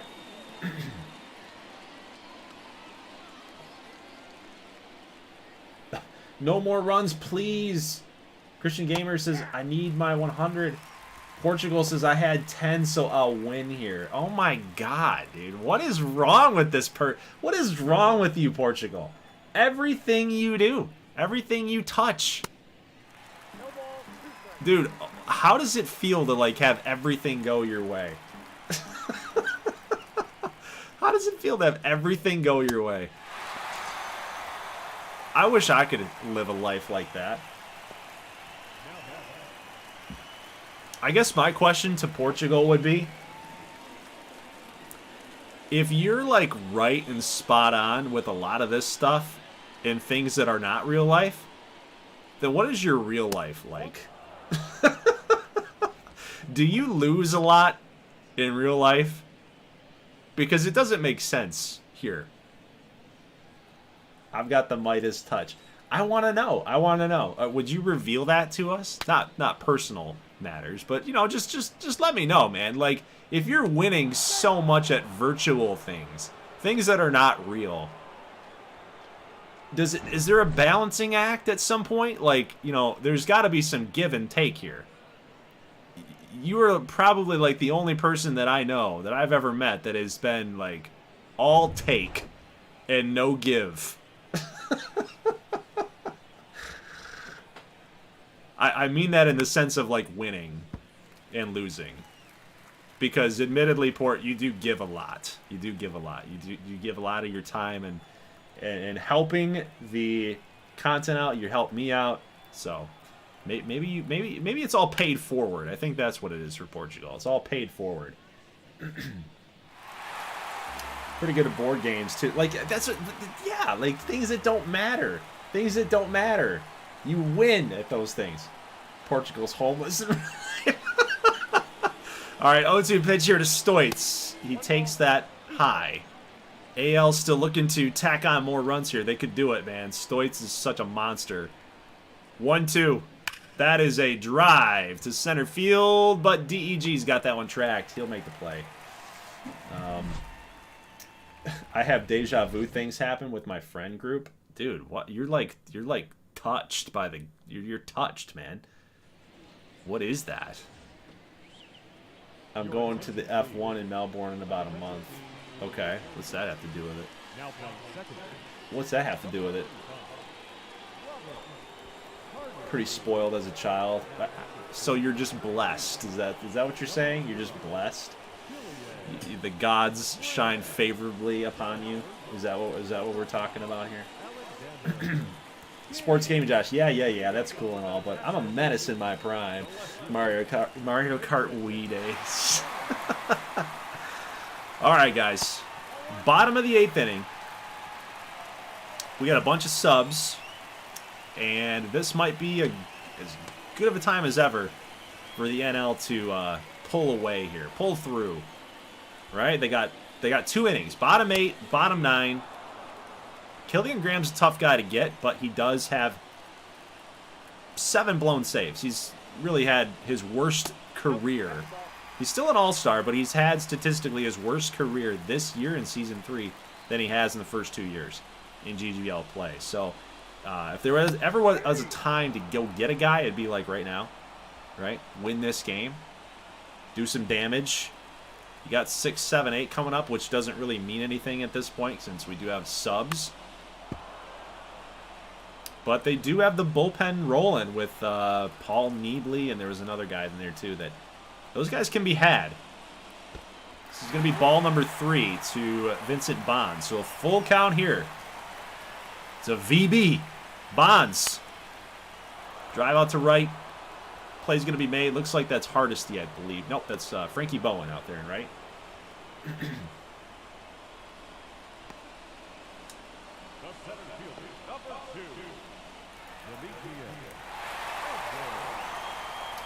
VB. Come on, NL, big inning right here.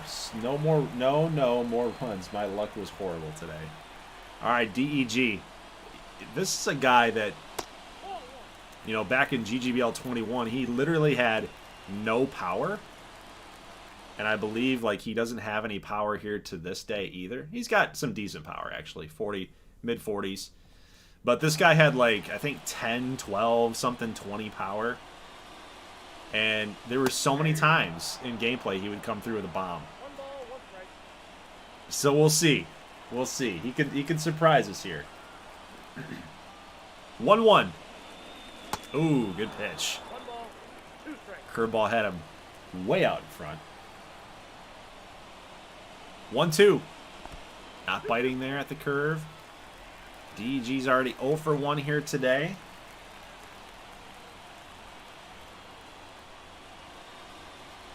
Ooh. Another curveball.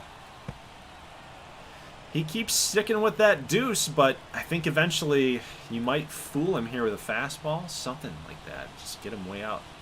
Can't catch up to it. Go 2-seamer. DG just does a good job of fouling that thing off. Might be a little reset pitch right there. Might be going back to the curveball here. No, got him on the changeup. That's nasty. That's nasty. That's not fair. You go curveball, curveball, curveball. 3 straight curves. Got you used to that movement. You go fastball high, foul it off, and then change. That's disgusting. It's disgusting. So they're going to need Nacho right here. It's already 1 for 1 with a solo shot.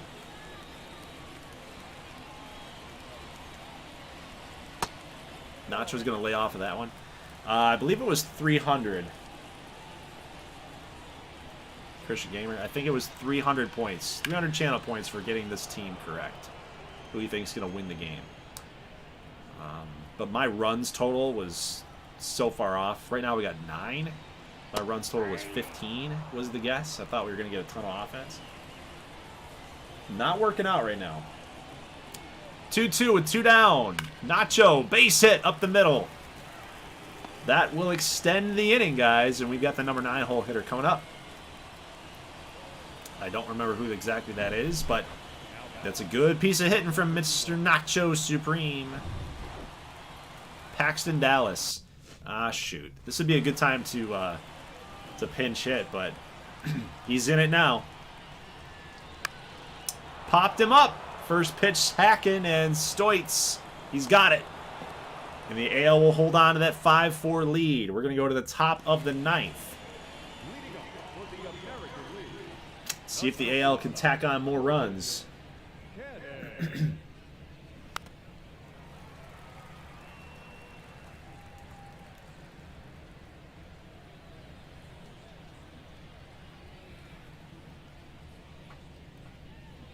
Swung on a miss. Fastball. Whoa, that's a really bad swing from Colton Cannon. Just maybe trying to do a little too much, I think, probably. There, got him again, but no call on the swing. So keep in mind, guys, after this game is over, we're going to do some hard simming in the month of July. And you might have to see me come in and manage teams' signing of draft picks. Just if we get into a stage where it's like really late in the game and we need those guys to get signed, I might have to jump in and do that. I do also have to manage the Janelle Rivera and John Choi thing. So we're going to be taking a look at Columbus as we maneuver through those lineup changes and whatnot. Or we could do that. We could kind of get an idea of how the standings are shaking out. But you're going to have to follow along with me with that, which might be kind of boring. I don't know. Take up a lot of time. Or we could just dive into the trade talk like immediately after the game. Which I think, honestly, it might be pretty clear-cut on who the playoff teams are, who teams are that might be making a move. Obviously, like when I do the simulating on my end, off camera, off stream, you know, there might be teams that make these late pushes and late runs that, you know, I'll throw out there in the Discord and say like, man, you know, I don't know, I'm making something up. Like Nashville's really making a run. Like maybe they might want to get involved in a trade or something. And maybe like at tonight they didn't seem like they were in it, right? But in our sim, maybe they start getting back into the race. So I'm all ears. Let me know in the chat what you guys would prefer. But just know that there's a lot of housekeeping things that would have to happen if we want to get to the actual trade day at July 31st. So just know that heading in. Rico says, let's talk trades. I'm not mad, says Novocaine. I love the deep dives. I personally want a sim. Don't care about the weight. I'll be happy either way, says Christian Gamer. Okay, all right.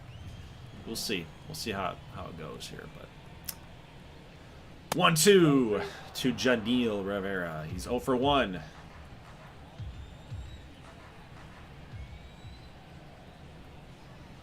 Could put a real big stamp on this one if he gets an extra base hit, but that's not going to happen. Nacho will complete the strikeout, and we're going to go to the bottom of the 9th. And we got Woody Getz. Closer for Chicago, I believe. He's going to have to face George Ariano, Daniel Lederman, and Alfonso Bermudez. Righty on lefty. Big matchup right here. Ooh, whose windup is that? Is that Kenley Jansen? I think it's Kenley Jansen. He's got that slow follow through, like right there. I think that's Kenley.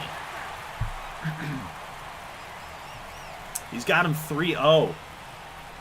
Woody Pokey in the future. Oh man, dude, I still can't believe that. That's just a random name generator. 3-1 pitch. He's brought it all the way back. 3-0 now to 3-2. Ariano has not taken the bat off the shoulders, but he does there, and he blows by a 95-mile-an-hour fastball. It takes a look back at him too. Says, "You don't want to swing up until this point? Let me just bring it." Oh. Woo! All right, pinch hitter with the no gloves.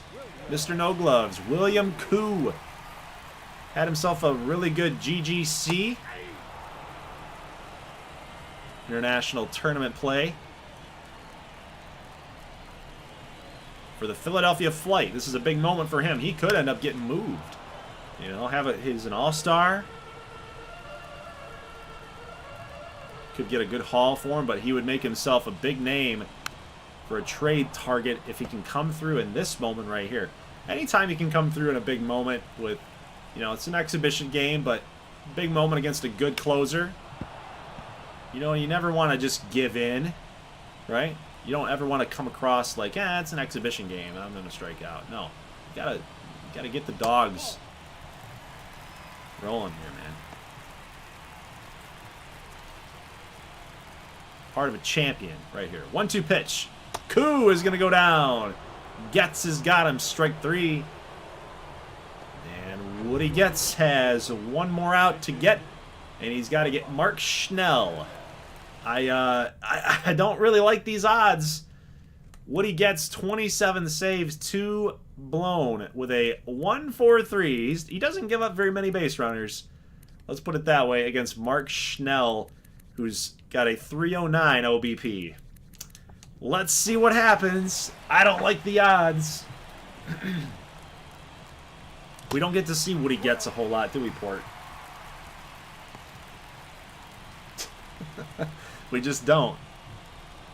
But yeah, I do like him, man. He's got some fire. He's the one guy. He's like the one closer that feels like a closer. Like, you know, he's got some presence. He's got some presence behind him. Love it. I think it's the Kenley Jansen thing. I think that's got something to do with it. All right, but 2-1 here to Mark Schnell is going to get the call. Getz is going to get the call.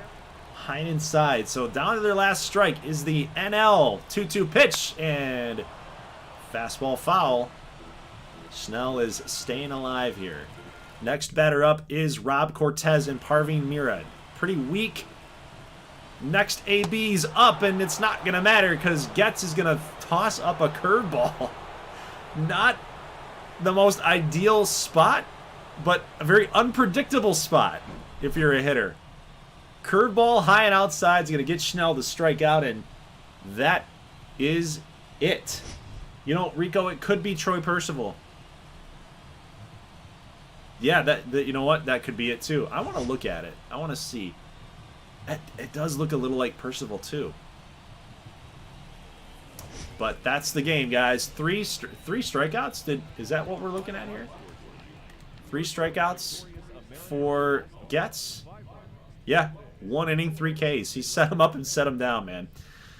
All right, so box score. We've got Hardesty's your player of the game, and I think that that's fair. A 2-run homer in the 8th inning to put his guys on top. Gallegos will get the win, and Lazar, again, we have a little glitch with the skin tone. That's funny. All right, so AL All-Stars. Both teams had the bats going. 12 hits for the AL, 10 hits for the NL. Grev had 2, Paul Moore had 2. Hardesty, obviously, with a big knock there with the 2-run home run. Most of this was done in simulation. So again, guys, if you're just kind of zooming through the video, we tried to do a game 1. We got caught up in some kind of lock, so we ended up getting back here to a tie game, 3-3 in the 6th inning, I believe it was. Maybe it was the 5th, actually. Yeah, it was the 5th inning. Joined in the top of the 6th, I believe. Nope.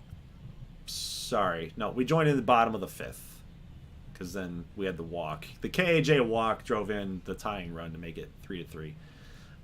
But Dixon in sim was good. He was good in the first trial, right? So he was solid. 4 strikeouts here in sim. Let's take a look at the NL side. Lederman went 2 for 4. Kidd went 2 for 2 with 2 RBIs.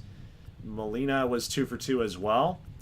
And we had a home run for both Buddy Kidd and Nacho Molina. So you know what I'm noticing here about the last couple of not even so much the exhibition games, but just in general in the gameplay, in the Gold Series, the NL West really starting to come up a little bit. Really starting to come up on the verge of relevancy. Seattle's always been kind of the team that in the NL West, everybody respects them. Everybody understands like who they are. They're a good team. But now you look at Vancouver. They're 47-43. You got San Diego. They made a huge run in the postseason last year. So there's 2 teams right there that are on the come up, right? Seattle's just trying to stave them off. And then you look at LA, who, you know, they're 46-45. They're 2 games back. The Grizzlies are not out of this thing either. This division, the NL West, starting to slowly be on the rise. You know, we talk a lot about the NL Central, how close that's been with like the top few teams, how much of a cluster a CF that is. We talk a lot about how the good boys are usually the best team in the GGBL. We talk about the AL West a lot, how that's a CF all the time. But man, the one division that I think should be on the back of everyone's mind as we could move forward into this series, like say season 4, season 5, season 6, is NL West. Just keep tabs on the NL West. There's going to be some changing of the guard, I feel like, in that division. So guys, what I'm going to do here is I'm actually not going to sim. I'm not going to do the sim. Just because, again, like, we got to sign these draft picks. I got to make sure that each team, especially if like the Gauchos took a pitcher in round 1 and they got a custom player, I have to sign Theodore Cho. I have to sign him. Same thing here with Vancouver. I got to sign Andreas Ojeda because that is Benny the Jet Rodriguez. So I got to do it. I got to get him signed, and I just don't want to go down this road of backing out and changing sim and blah, blah, blah. So I'm going to do this on my own. I'm going to make that executive decision. But I would love to know in the chat, what teams do you think need to sell? And then we can kind of talk some trades there. I'm going to slow scroll the standings, but I kind of want to keep it in the back of your minds. Like, what teams do you think should sell?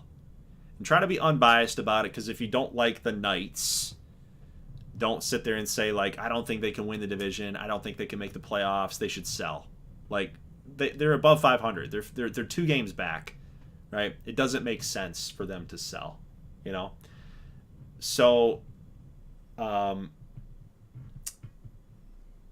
take a look at the NL West. Do you think that any of these teams need to sell? Personally, I think the Grizzlies probably should sell off some of their older pieces.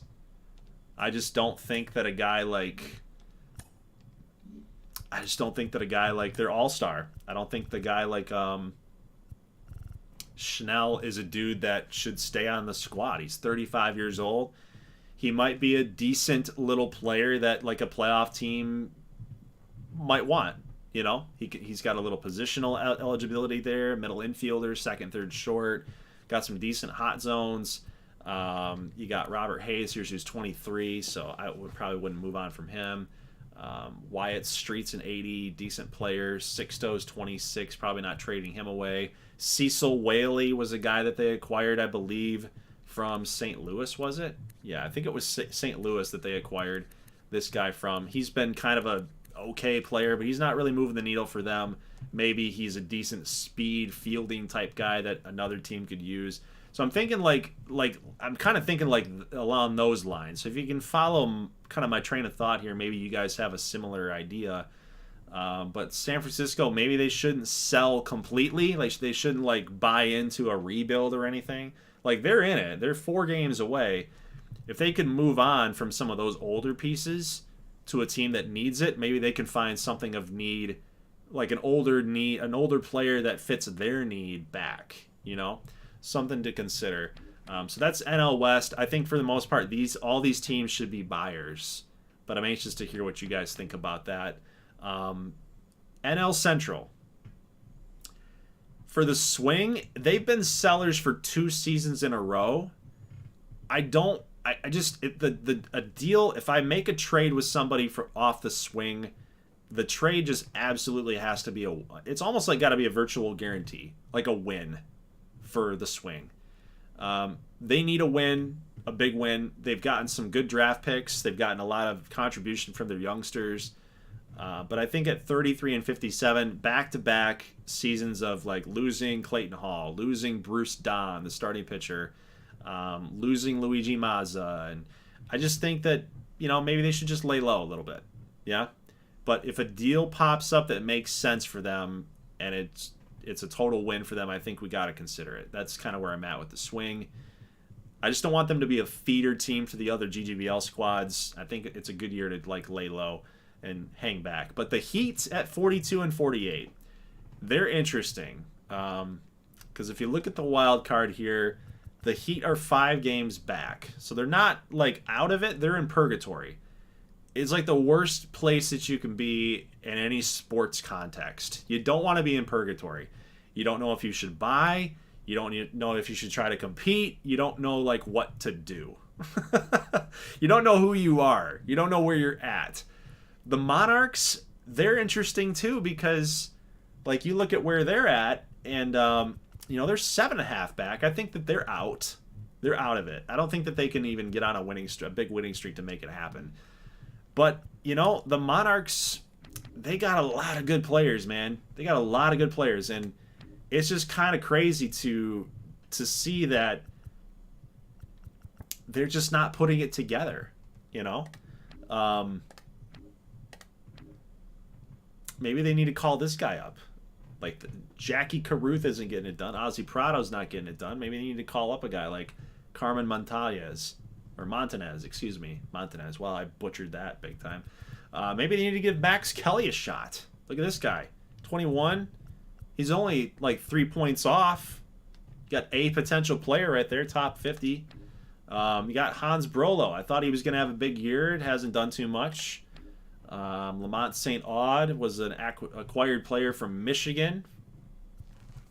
He's not really doing too much. Mike Sexton, he's a minor league leader in some category out there. Probably steals. I think that means he's a minor league all-star. But they've got some good players in the farm system, but they don't really have a lot of players that they could trade away. That's the other big part. You're not trading away Luke Vinskov. I don't know if you're trading away Ricky Herring. He's one of their better players at 84. They're just kind of in one of those spots where it's like, I can't really see anybody to move on from. Like, anybody that anybody would want either.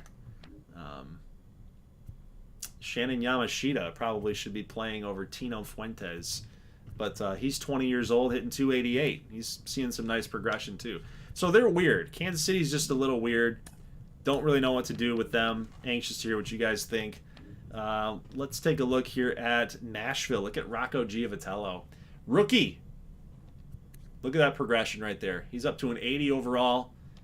Got that A potential. He's been one of the better rookie pitchers here. But, you know, they're a little strange too. Not sure exactly where they need to go.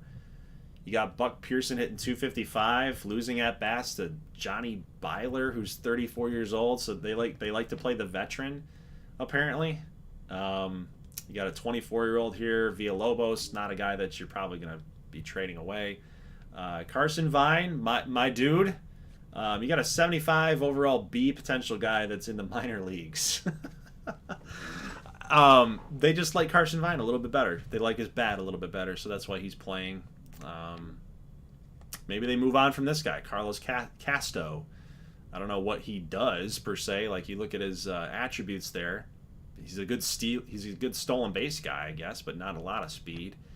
Walker Lettieri's 23. He's not a dude that you'd probably trade away. You got to build around him. He's 90A. Pedroza was an all-star, but he's 34 years old. Is that a guy you get rid of? So, I don't know. I just look around some of these teams and try to get a feel for what they might want to do, and sometimes it makes sense and sometimes it doesn't. Like, look at the Blue Sox at 10 games under 500, 41-51. They're 3-7 in their last 10. They're probably out of it. The Flight are the worst team in the GGBL, 31 wins. Like, if I look at their team right now, you know, Mitch Toney's probably a guy that gets moved on from. In season 1, they were making a playoff push. This guy was from New Orleans. So just to give you an example of how New Orleans has been gutted, you know, he's starting to lose a little progression in that overall now. He's 35. You got Dominic Coe, who's 28. He could be a dude that you move on from, I think. He's getting a little older now. But what do they have in the pipeline? Do they actually have people in the pipeline to take over? You got Dastan Taj Mahal, was just drafted last season. He's up to a 77 overall, +7 in contact against left-handers. That's big time.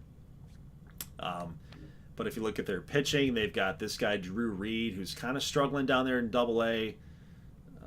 He's a 78. He's one of their best on the team. Then you've got Herb Bowen, who probably should end up getting called up, to be honest with you. But, you know, when I was putting guys onto the roster here for these teams, a guy like Herb Bowen at 79B, like you'd think that he would be ready to go, but I did want to make sure that he was putting up good statistics.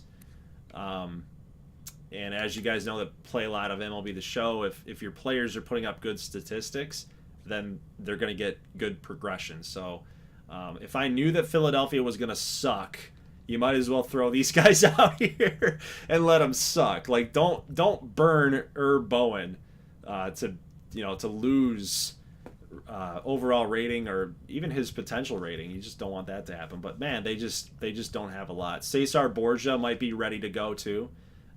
He's been grinding away down in the minors. He's getting a little tiny progression, but he's 6-3, 89 Ks, 28 walks, having a solid year down there. Luis Cosmo, I love that name, but he's struggling. He's a top 50 player.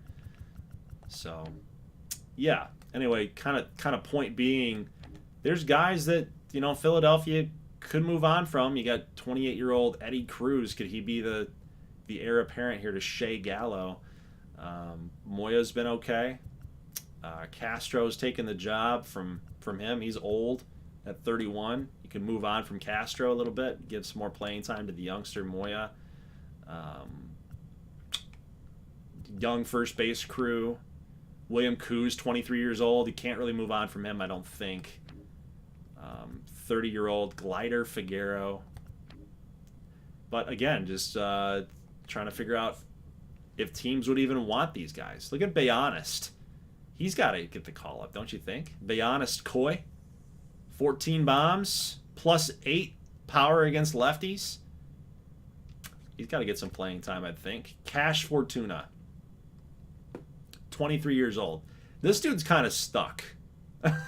It's really hard to move on from a guy like Cash Fortuna, unless he gets like super frustrated and he wants out of there. That's a tough call. Dominic Coe at 28, again, might be a guy underperforming at this point. On a little hot streak, but underperforming, getting a little older. He did sign a 3-year contract, so he's got 3 more years on his deal. But again, just kind of looking at those teams as maybe some feeder teams. Look at the good boys. We are first in everything except for power. We are the shiznit. Yeah.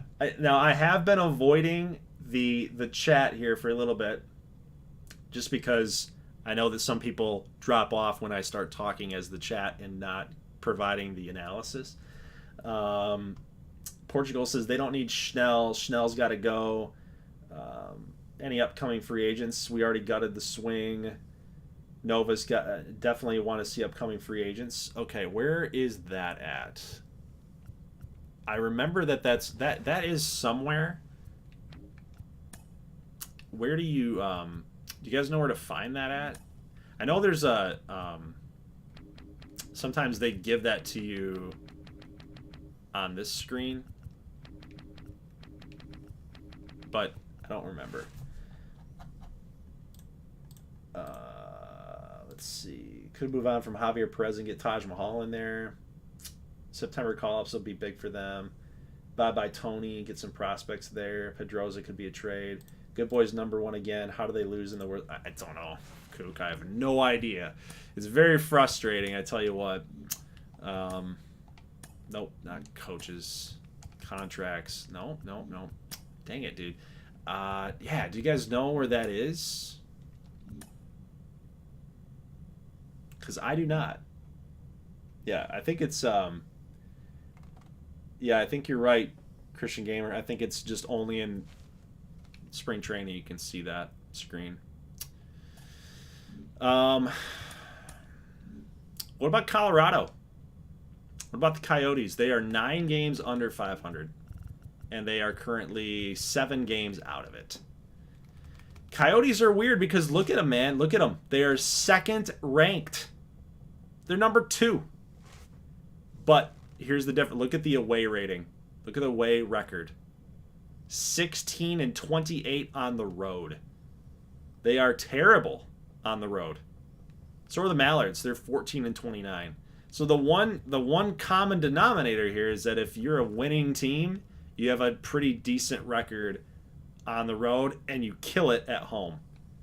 But the Yotes are terrible on the road. When they get away from their home ballpark, they don't do anything. You know, that's the name of their game. So, yeah. Depth chart. Yeah, I mean, you could. We'd have to really do some math on that. Let's see. Where were we at here? Yeah. So, looks like Koo's going to get some regression there to 78. Got a lot of regression here in the pitching staff depth, at least. Like, they're going to lose Miguel Ramos. But, you know, he's 30. I mean, he's 30. He could be a guy that gets moved on from. Tommy Cummings, he's 22. You got to keep him. Casillas is 23. You got to keep him. Cristobal Pena, he's 22. Got to keep him. So they're young. Borgia is going to be up to his 79, so I think he's got to get the call up here soon. But Dostin Taj Mahal going to be an 83. That's what they're projecting anyway. It's a decent-looking team, but yeah, I think you got to make room for the youngsters, I believe. James Monroe is on. Oh, no, never mind. I'm a dummy. Look at this. The blue is that's their last year. So James Monroe, this is his last season on contract apparently. Shevchuk last season on contract. D. Will last season on contract. Javon Brown from Miami. I don't think you move on from anybody in Miami. I think you got to buy if you're them. Let's see here. What do we got? But look at Ramos doesn't have that though. Why do they do that? 2026. Oh, I'm a dummy. Okay, I'm a dummy. They're just saying that Tommy Cummings is going to be better than Ramos. God. Idiot. Freaking idiot. Read. Read. Now, look at this. Jack Chavez. Ooh. Jack Chavez might be a piece that they can move on from, right? He's not coming off the books this season. He's coming off the books next season. That might be worth something to note, guys. Jack Chavez, at 32 years old, might be a player that Carolina could move on from. What about Seiko? He's 27. Do they like this? I mean, if I have a shortstop that's stealing 20 bases and hitting 20 home runs, I'd like to think that I'd like to keep that. But do they think that they can sign him? Do they think that they can pay him? That is a tough call if you're Carolina. That's a tough call. I think you have to try to keep him. If I'm Carolina, I'm definitely trying my hardest to do it. But if you get a really incredible offer for Seiko Ichiman, I think you got to pull the trigger, possibly. You got to consider it. Let's take a look here at the Coyotes, because they're just not getting it done for some reason. Anybody off a contract this year? No. Julian Lorenz. He's 29. Not playing a lot this season. Had his playing time cut back a little bit, but he's a solid player. 18 home runs in the Gold Series team that won it all. Josh Adams, he's 25. He's gone after next year. So he's not a rental this year. You have the rights for Josh Adams next year as well. I don't know, Josh. What do you want to do? Do you want to leave Colorado? You've already won your World Series, your Gold Series. So that's interesting. That is interesting.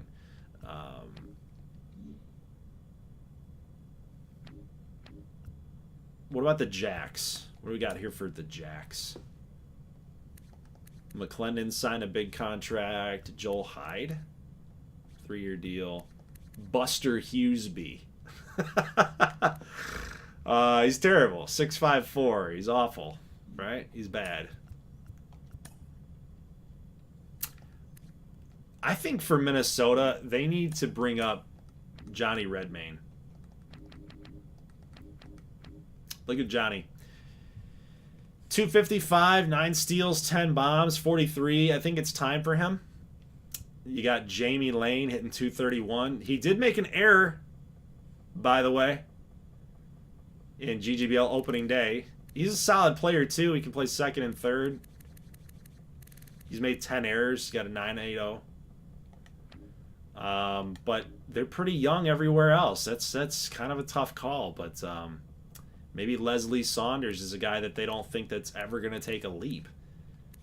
He's just kind of there, you know. He's decent, but he's just kind of there. Maybe some team could get some good value for a guy like Leslie Saunders. Anybody else that's kind of old on this squad? Dustin Rizé. Good contact numbers, decent fielder. He's a 73, probably a good backup catcher. We need to find like a team that's not going anywhere that has a big star. You know, a team that's ready to just pack it in. Like Michigan, for example. How the heck is Michigan not doing anything? Well, I guess they're 24th ranked, so I guess it makes sense. But I just look at that lineup and I'm like, how are they not doing anything? It doesn't make any sense. How does Dom Taylor have 2 home runs? Dude, what? 25 home runs last year. 2.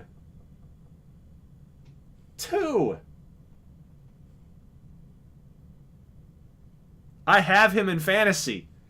I'm like, yeah, you know, Dom Taylor seems like a good buy. You know, 25 bombs last year. He seems like a good purchase for the cost. 2 home runs. It's insanity. How did that happen? That doesn't make sense. I don't know. What does Michigan decide to do? They have a Luigi Mazza situation though. I mean, they got a Luigi Mazza situation. They bought him last year for a playoff push. They made it to the postseason. They didn't do much there, but now he's coming off of a contract season. So Mazza's gone this year. Could Mazza be another guy that gets... Does he get moved again for the second time in 2 seasons? Or does Michigan feel like that they can bring him back? Do they feel like they can sign him again? You know? Because in all honesty, like, there's something not right in the water here at Michigan. Because you look at their team and you look at the production, right? Look at the overall ratings. That's a formidable 3 through 6. Mazza, Jet, Taylor, and a Humberto.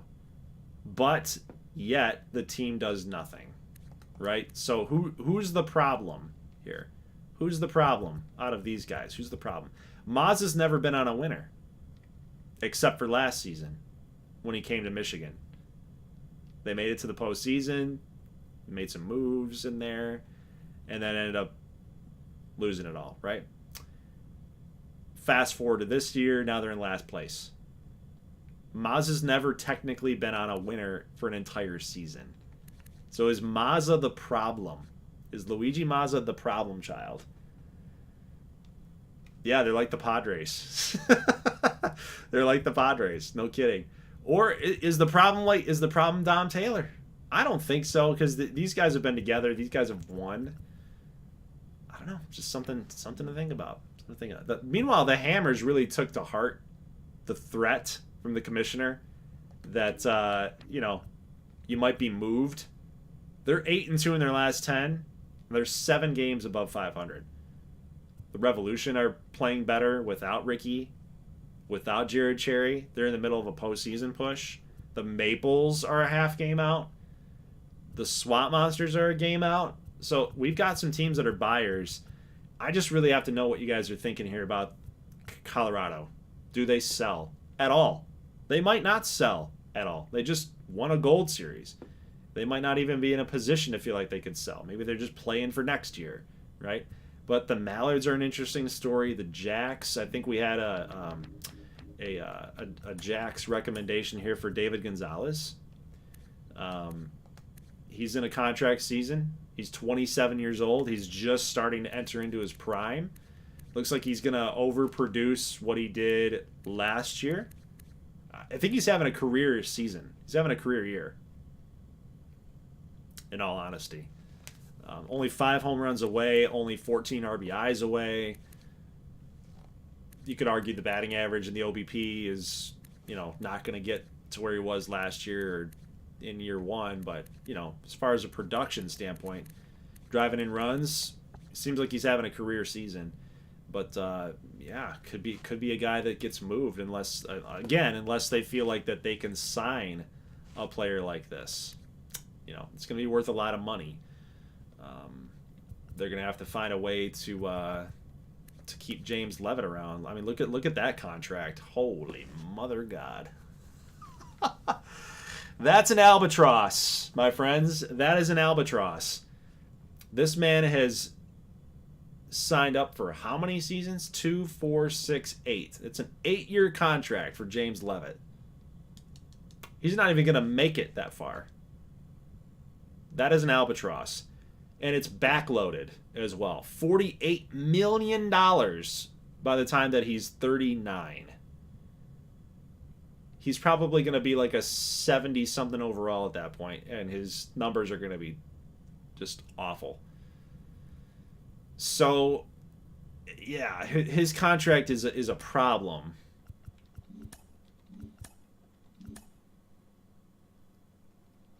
Can't do any trades. Where's the trades? Oh, trade talks. Why can't I? Yeah, he is in his 3rd season of a 10-year deal. So this actually came over from an export. So this guy was signed by somebody. Somebody signed him to a 10-year deal, and once you export the player, you take on their contract, number of years, and the money as well. So and whatever the structure was. So it's a backloaded contract, 10-year deal. Somebody might take that on. I don't know, because Minnesota's they got to realize they're in the tank. They've been in the tank for the first 3 seasons. Are they going to be in the tank forever with this guy, or do they move on from a player like this for a team that really needs it, that would be willing to pay the money? That would be I think that might be a huge blessing for Minnesota.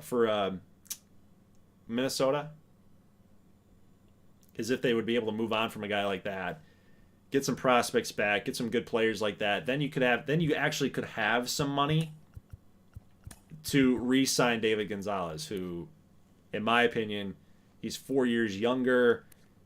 He's already a 94. He's on the come up, versus Levitt is on the downswing, right? So, yeah, it's a thing. It's a thing. My Jesus, holy God, the KJ contract. Backloaded on a guy that age is nuts. Worst deal in Jack's history. Oh, my God. Okay. Well, yeah, I mean, that's kind of where we're at right now. Jack, who would let's play a game. Who would want James Levitt? Guys, who would want a James Levitt? Who would the Jacks honestly, truly trade him to? And just keep in mind the budgets and stuff doesn't matter. I left the fact that the budgets, I didn't ignore budgets in this, but because CPU roster control is on, it doesn't even matter. I can be in the red and the negative, and you can still sign people. So it doesn't matter. For the sake of this series, that's how I had to run it. The swing. Oh my God, the swing. They would be the most poorly run organization ever if they pulled off a move like that. Holy crap. Does he go to Washington? Does he go to Washington? Would that be a move that they would make? He's an outfielder. Does Washington need an outfielder? They've got Cavado. They've got Brooks.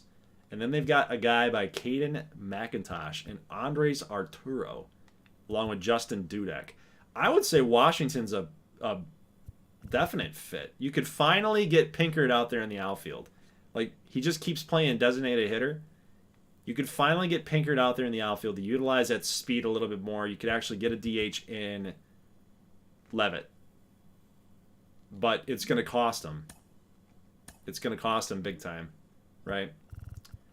You're going to have to give up some good potential players. I think Washington might be a fit. I don't know what their roster is going to look like there, but what about the Emeralds? Do they feel a little bit of pressure from Vancouver? They're half a game back. The Knights, 2 games back. They're chasing Seattle. If you're those teams, like, to be honest with you, if you are those teams, the Knights, the Beavers, the Gauchos, the Grizzlies, you should be all in on a guy like that. You should be all in on a player like James Levitt.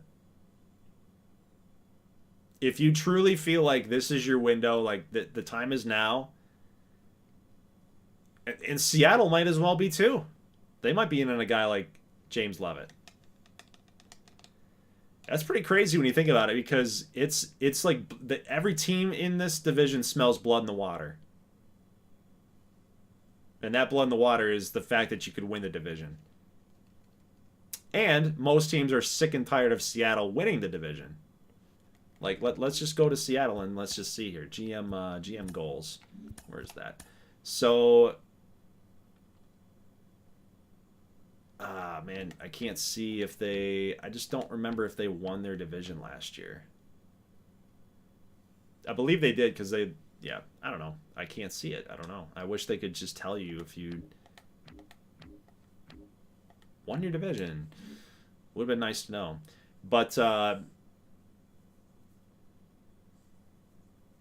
yeah, man. If you're the Beavers, if you're the Knights, the Gauchos, the Grizzlies, you're looking up constantly at Seattle, and you're just like, man, dude, when's it gonna stop? When's it gonna end?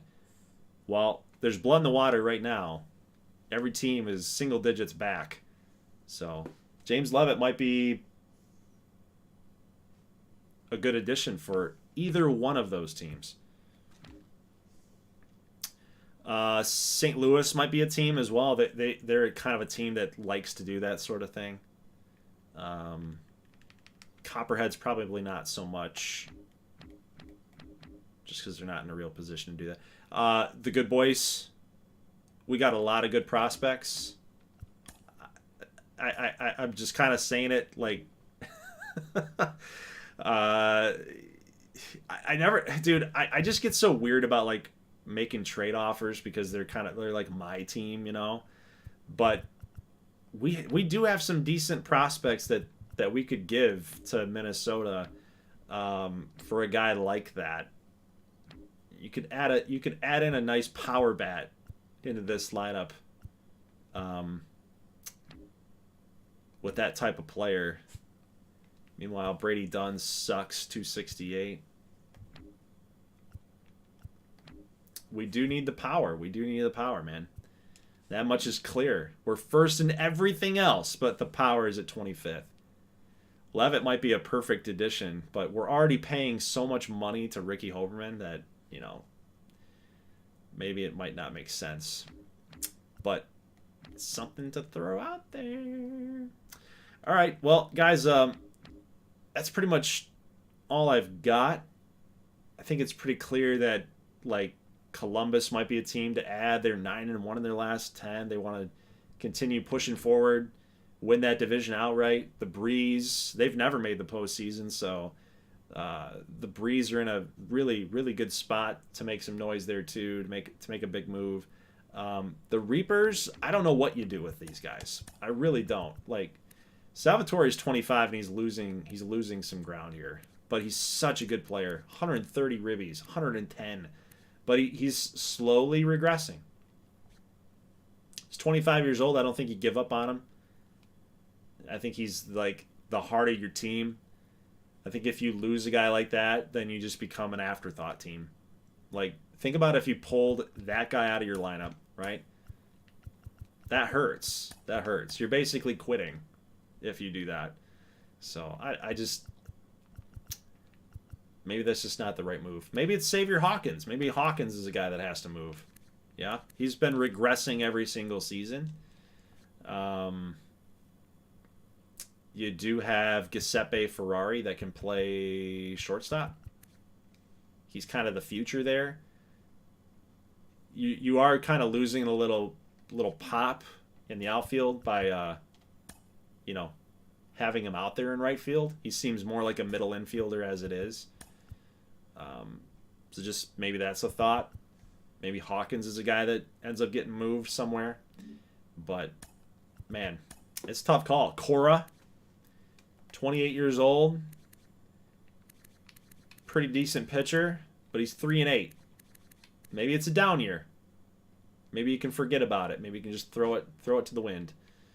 Maybe he'll bounce back next season. But I don't know, man.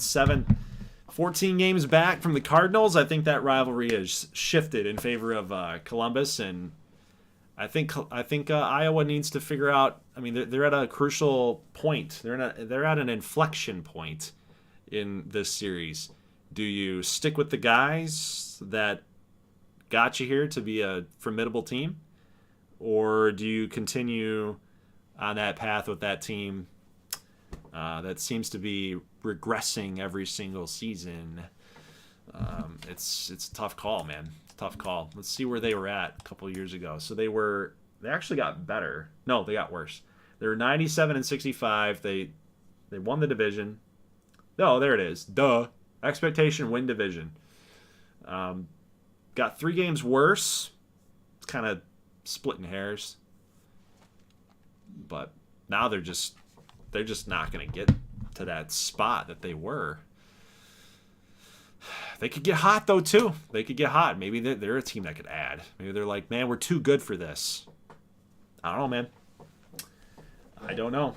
I'll read your comments, guys, and I'll see what you're saying here, what your ideas are, but that's all I got tonight, man. Thanks so much for tuning in, and again, appreciate all the love and support that you guys have given for this series. It's really helped drive the channel to where it is right now, the league where it is right now. It's in a really good spot. Can't wait for the next couple months when we, of course, start getting into Season 4. I believe in Season 5 we are going to simulate that one. I could be having that flipped. It might be Year 4 we sim. But I posted that in Discord. I've been talking about that quite frequently. I have an idea of how to move through this series as quickly and as effectively as possible, because we do want to see like these guys, these custom players, have actual careers. I'd like to see some players get into the Hall of Fame, which would be kind of a cool graphic to go grab. And just for storyline purposes, like, we got to get through some of these years, you know. Let me actually share with you what I posted in Discord, because I don't believe that I said this. I do a lot of communication. I do a lot of communication with my community through Discord, and not so much with my community posts and stuff in here. But so my idea is, like, every 3 seasons we do the GGC, right? We play Season 3. We're in that. So Season 4 we're going to start in March probably. We'll sim Year 5. We'll play Year 6. We'll do the GGC. Play Year 7. Sim Year 8. So again, like every 3rd season we sim. So play Year 9, play Year 10, sim 11, 12, 13, play, sim 14. And before you know it, like, we could get into Season 15 this October. How crazy is that? We could get into Season 15 in October. in 8 months, in as little as 8 months, it's going to fly by. It's going to be October before you know it. Getting to season 15, dude.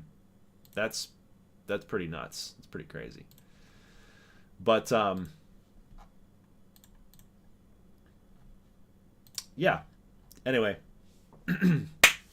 that's all I got, guys. So leave a like if you like this thing, and I will be seeing you guys in the next episode. So just give me some time to get that Google form posted for you guys to be able to vote on some of the trade ideas that I've come up with.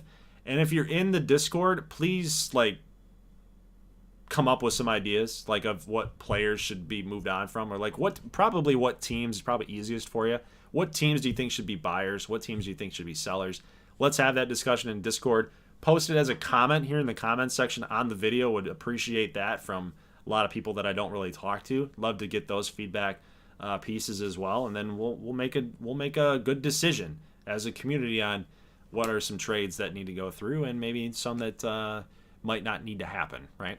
So anyway, guys, that's it. Thanks again for tuning in, and I will see you in the next one. As always, thank you so much for watching, and peace.